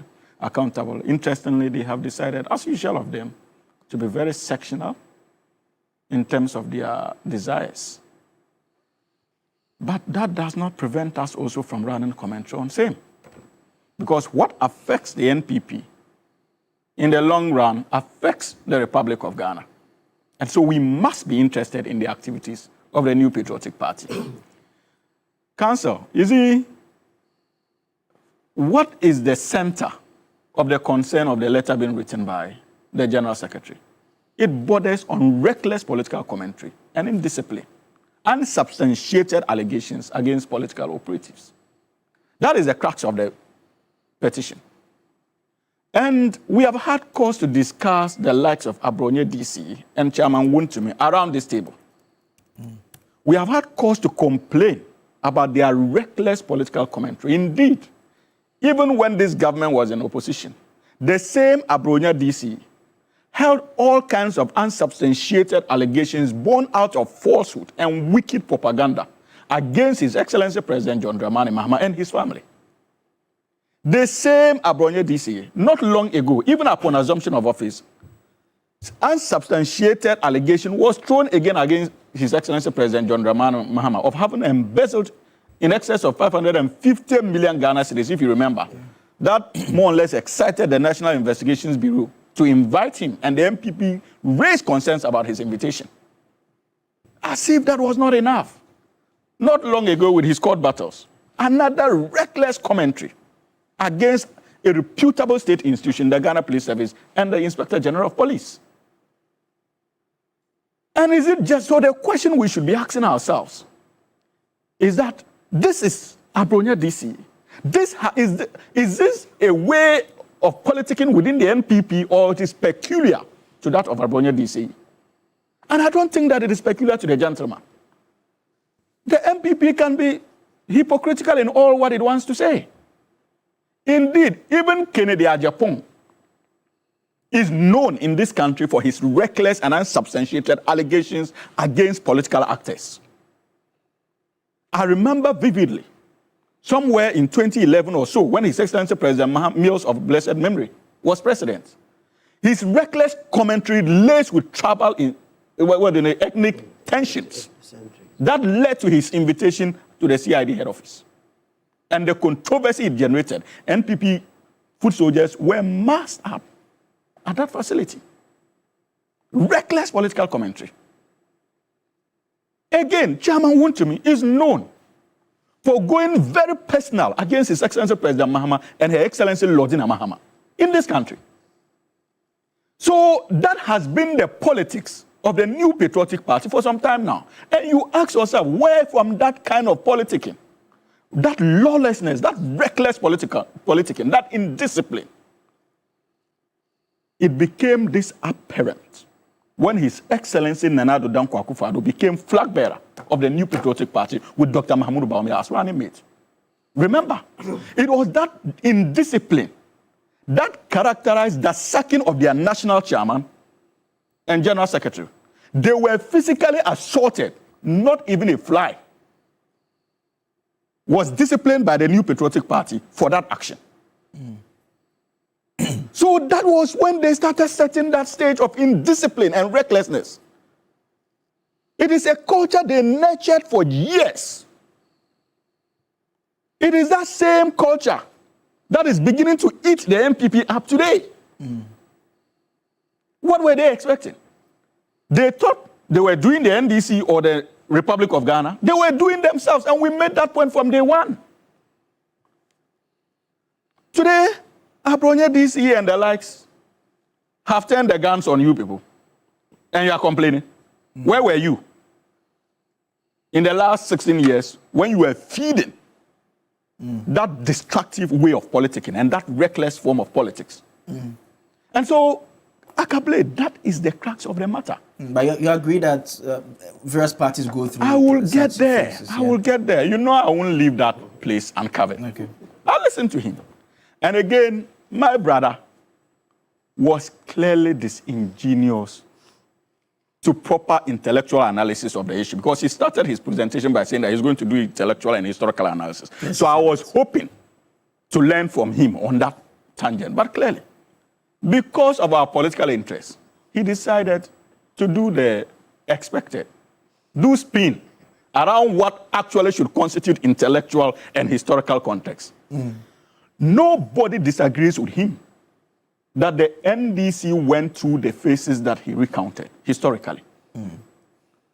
But what I consider unfair to intellectual discourse is his failure to point out why the NDC survived those phases.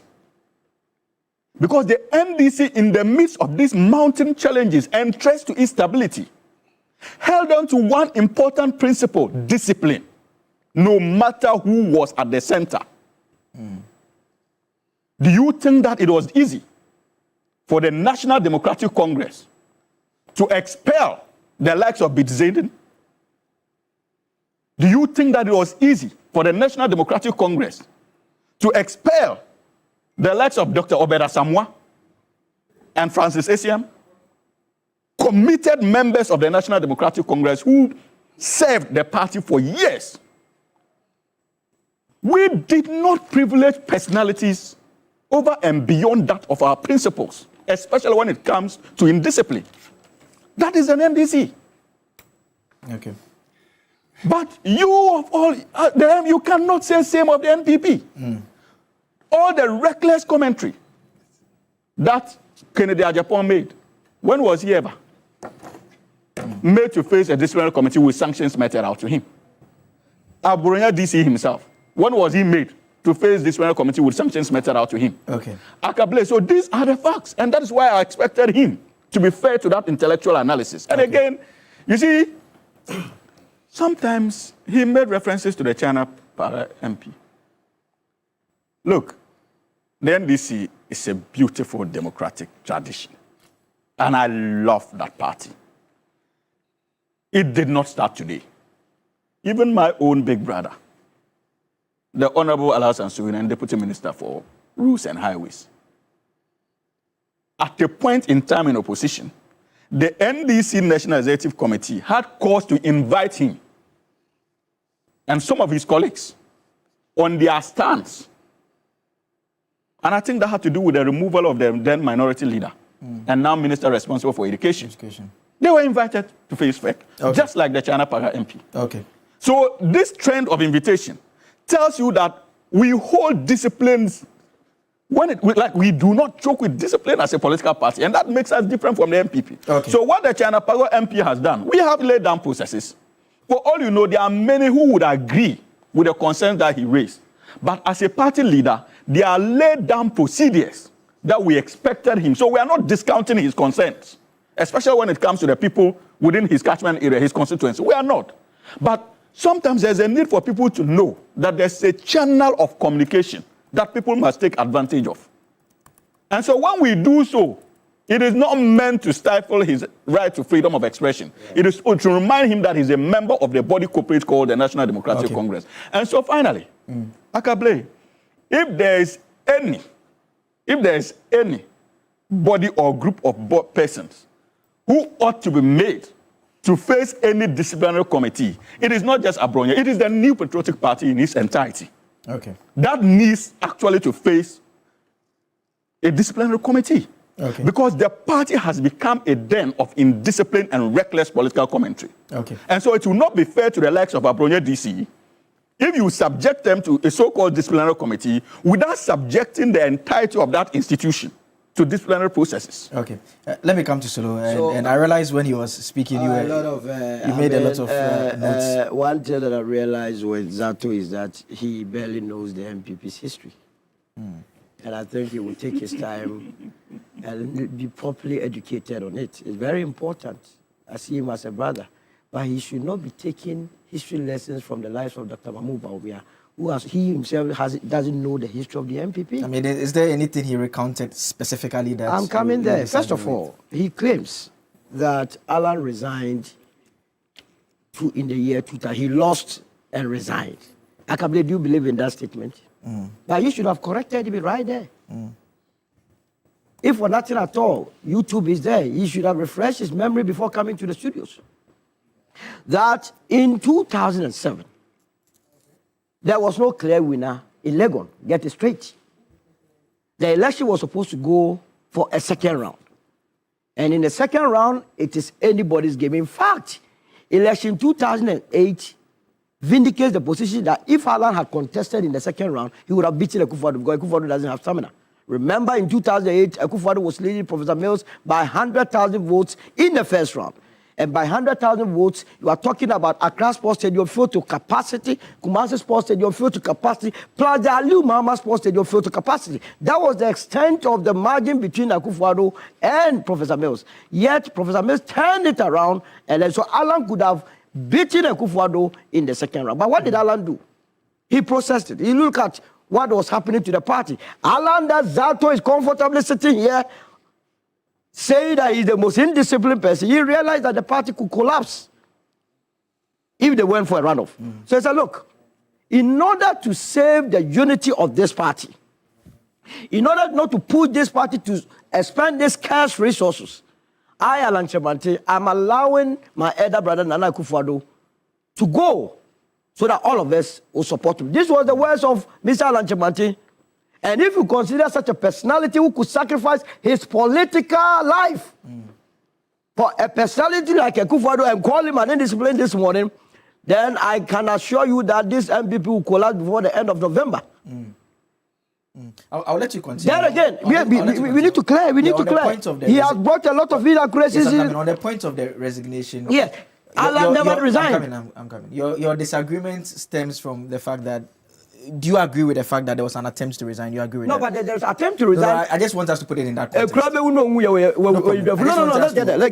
Did Alan resign? Do you believe in that Alan resigned? We've heard from party officials. No, which official did you hear from? I'm coming. Yes. There are party officials who have spoken around the commission. Who are those? Who are those? I want to mention that and tell you their background. Remember, whoever is speaking, check his background, whether or not he's an antagonist towards Alan. Okay. There are a lot of people skewing and then fabricating all sorts of stories. Alan had given in, had conceded to Nana Akufo-Addo. He had allowed him to go.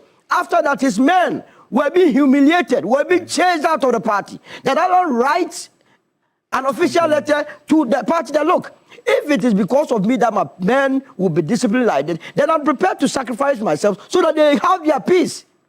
Conditional statement. Then Nana Akufo-Addo and his cabal quickly went to the Daily Graphic and got them to publish. Daily Graphic published that Alan quits MPP. Now, if he was mindful and he was abreast with the MPP's constitution, in MPP's constitution, before you can contest the presidential elections, you have to be 5 years and above. Is that not the case? Now, let's do this mathematics. If indeed his argument is anything to write home about, if Alan resigned in 2007, which is not true anyway, and you rejoin the party again, it means you are starting afresh.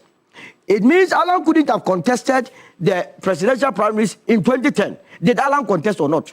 So what basis is he making this argument? Okay. It's a flawed argument. Okay. It's one of the propaganda. You have some other points you wanted to get. Now, he comes back. So we have cleared that Alan didn't resign. It is a fabrication that you continue to. Now he comes back to say that in 2023, when Alan was beaten squarely again, he resigned.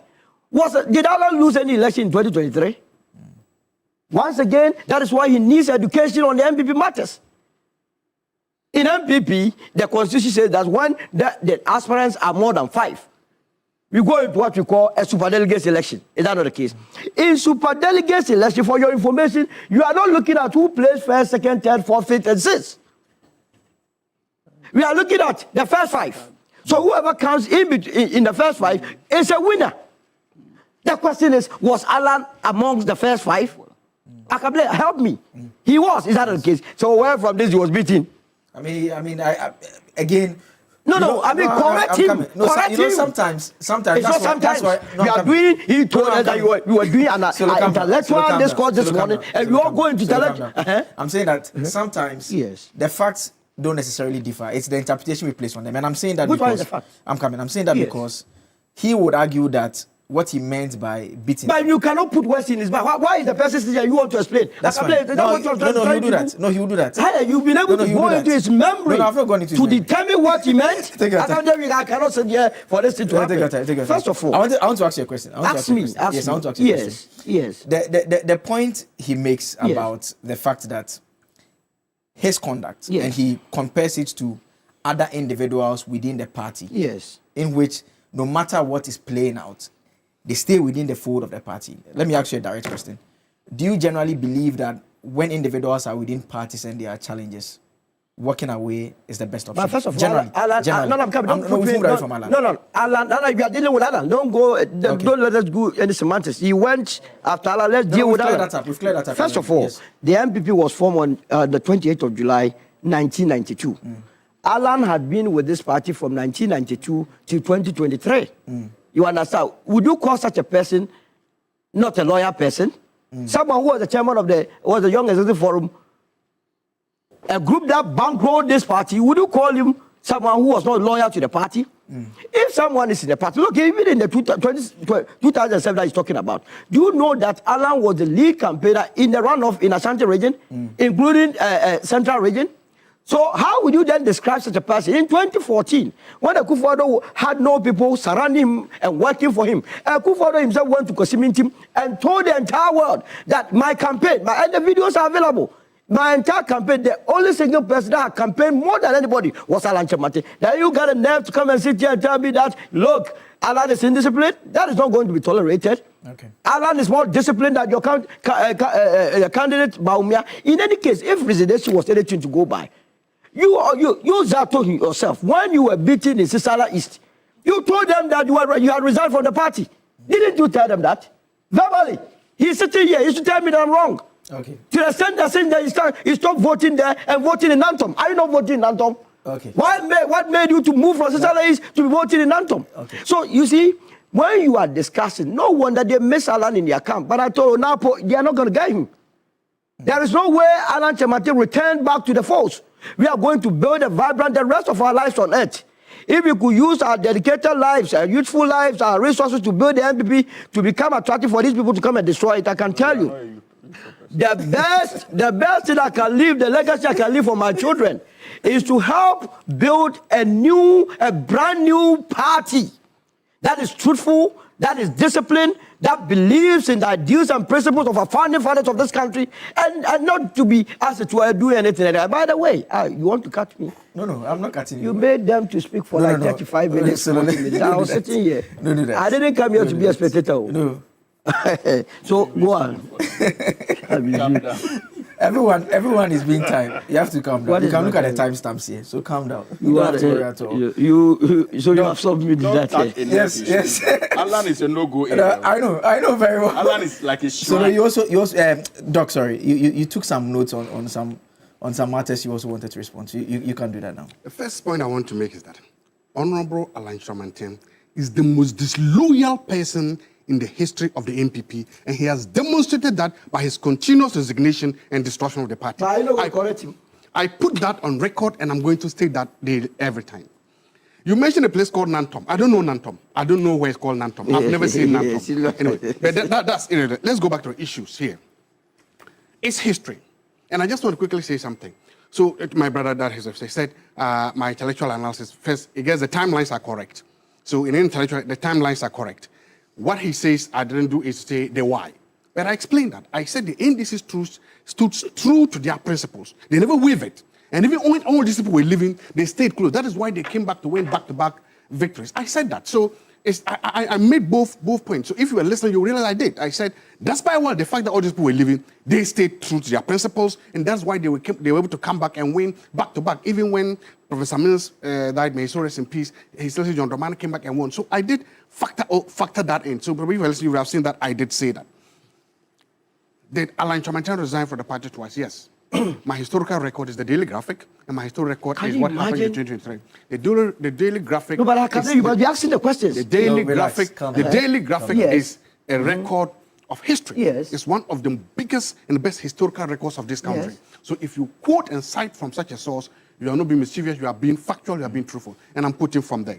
I want us to understand. But Doc, you agree that there are times that publications are not accurate. So far, especially because earlier on I was drawing his attention that we've heard from executives, former executives of the party, who have explained that a letter was written complaining about violent activities and the possibility that if they do not address that against his supporters, he could leave the party. Has the Daily Graphic withdrawn that story? No, I mean to the extent that Has that's what I'm saying. There's the possibility that there are inaccuracies in historical narratives that are published and they are never retracted and they remain there. Solomon, this morning you go explain tire. And I'm seeing, you see, you are disrupting me. You saw how I kept quiet and I left you. I won't. The last time we went away, don't want to go. With that, yes. So again, I want to go back to the thesis of my presentation. Political parties go through these difficulties in their history. They do that often and always. And sometimes it happens when there's a change of leadership. Political parties are most vulnerable when they change leadership. And my argument is that it has happened to the two dominant parties in this country over and over. And so when it is happening to one, the other party, if I were them, will also be, we could start saying that, let's, as the saying goes, when your neighbor's beard is on fire, to put fire by your beard. We've seen that. We've seen that happening right now with a member of parliament, someone to punish. Look, my brother said something like, yes, the NDC expelled Bidzeden, yes, they did. But again, I did address that. The MPP expelled their national chairman. Bidzeden was not the national chairman of the MPP. Obedasama was not the national chairman of the MPP. The MPP has also used the power of expulsion as a disciplinary tool before. So I'm talking about Apple and Apple here. They expelled their national chairman, expelled their general secretary, expelled the first national vice chairman. So both parties, therefore, have used that power of expulsion as a disciplinary tool. It has happened. And again, as you've seen, after that, they are all come back. So for me, whenever you are dealing with an organization, an institution that has millions of people, and especially in politics, remember, politics thrives on conflict. Conflict of ideas, conflict of ideologies, conflict of positions. And precisely because politics thrives on conflicts, you are going to find that politics also thrives on interest, rational self-interest, personal interest, selfish interest.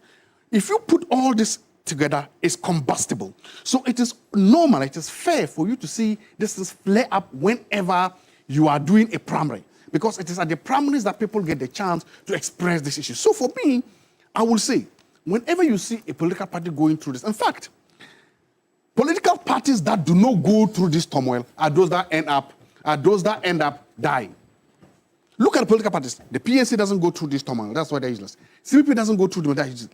When you see a political party that doesn't go through any internal turmoil at all, they wither away, because conflict nourishes new ideas. New ideas nourishes new possibilities. New possibilities help political parties survive. So watch this space and you see the biggest political parties, when they go through this, they always come out at the end stronger. And I believe that it is going to happen to all the political parties. They're going to do this. Right now, the MPP is in the eye of the storm, I know. Very soon, after January 30th, this will be the eye of the storm, and we'll all be here to do the analysis. Okay. Final word to Hamza. I think that my problem with Dr. Zato's... Zulu. I think my problem with Dr. Zato's submissions are that, first of all, he sought to give a very tangential response to the question of why Abronya DC has been invited before the disciplinary committee. Very tangential, needless detour into historical and intellectual narratives, when the crux of the matter has to do with gross indiscipline, reckless political commentary that has become a concern for many well-meaning Ghanaians. That's the basis of the invitation. And that's why I sought to give you that contextual analysis.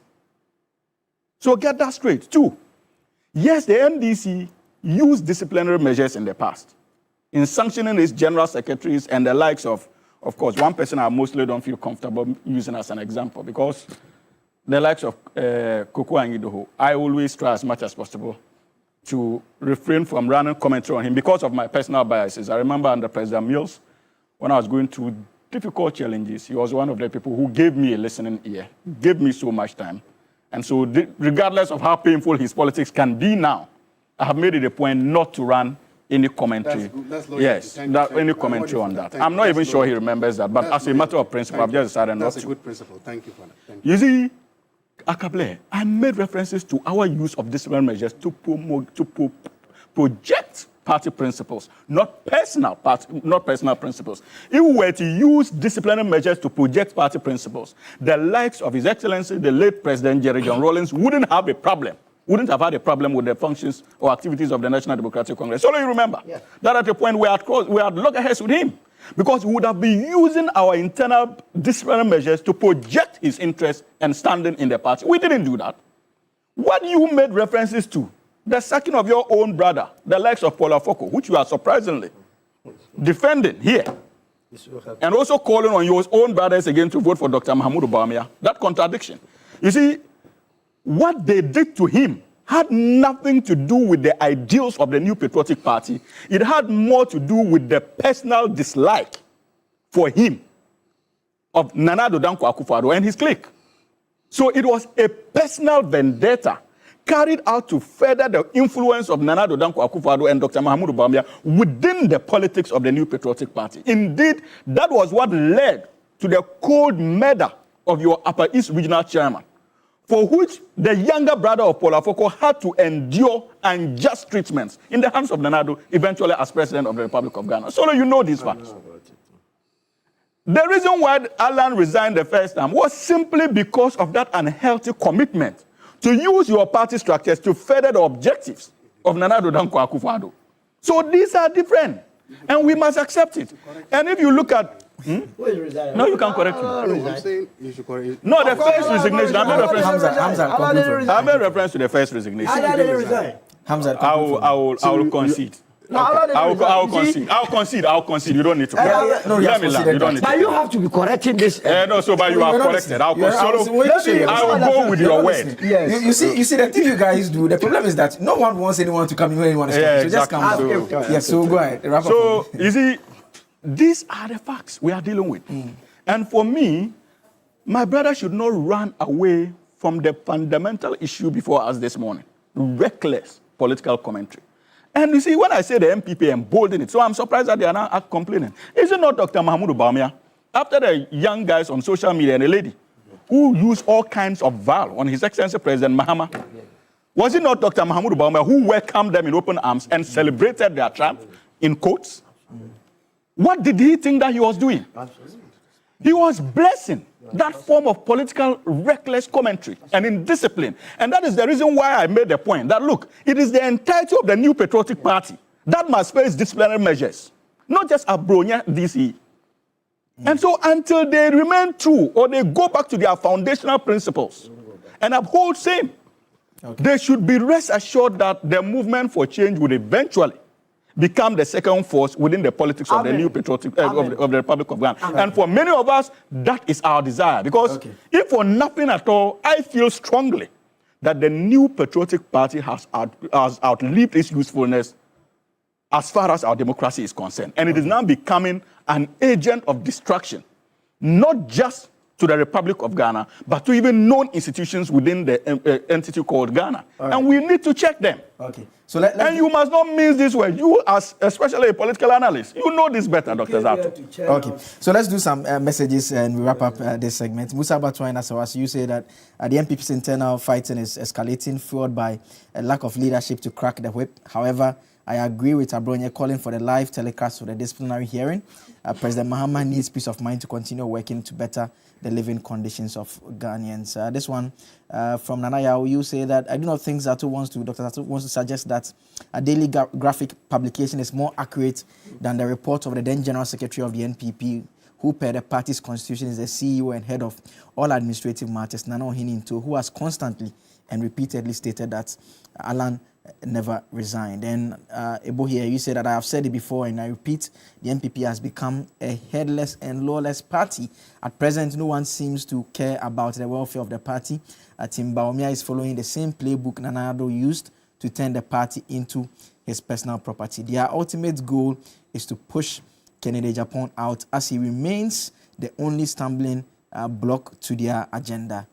From the way things are going, I can tell you the party can't be recognized after their January 31st primary. Okay, someone is quoting Hamza here, saying that the MPP has outlived its usefulness. You've just repeated the same comment. You should, if you are quoting him, you have to add the name there. And so those are some of the comments that have come by way of contribution to this discussion. That's all time would allow us. If I try to extend the time, we all know what would happen here. So if you want to look smart and fashionable, visit any Woodin boutique nationwide today. Woodin offers an amazing collection of authentic African fabrics and ready-to-wear that come in beautiful designs and colors for men and women. With Woodin, you can get creative and versatile with your designs. Be confident and show off how truly African you are in Woodin. Go to a Woodin boutique near you today and choose from a variety of trendy products to complement your unique style. Follow Woodin Fashion on Facebook, Instagram at Woodin Fashion, and on TikTok at Woodin_fashion. I mean, I'm happy you all want an extension because you've enjoyed the discussion this morning. I saw Solo looking at me when I was doing the ad. But that's Solomon, also Senior Communicator Movement for Change. We're also joined in the studio by Hamza Suhini, a legal practitioner, a member of the NDC Communications team as well. Proud member of the National Democratic Congress. Okay. And Dr. Joshua Zato, a political science. I don't know. You say where to find out political analyst. We are taking a break. When we come back, we have sports. We'll continue with the conversation about Nanto and all the other issues of stay tuned.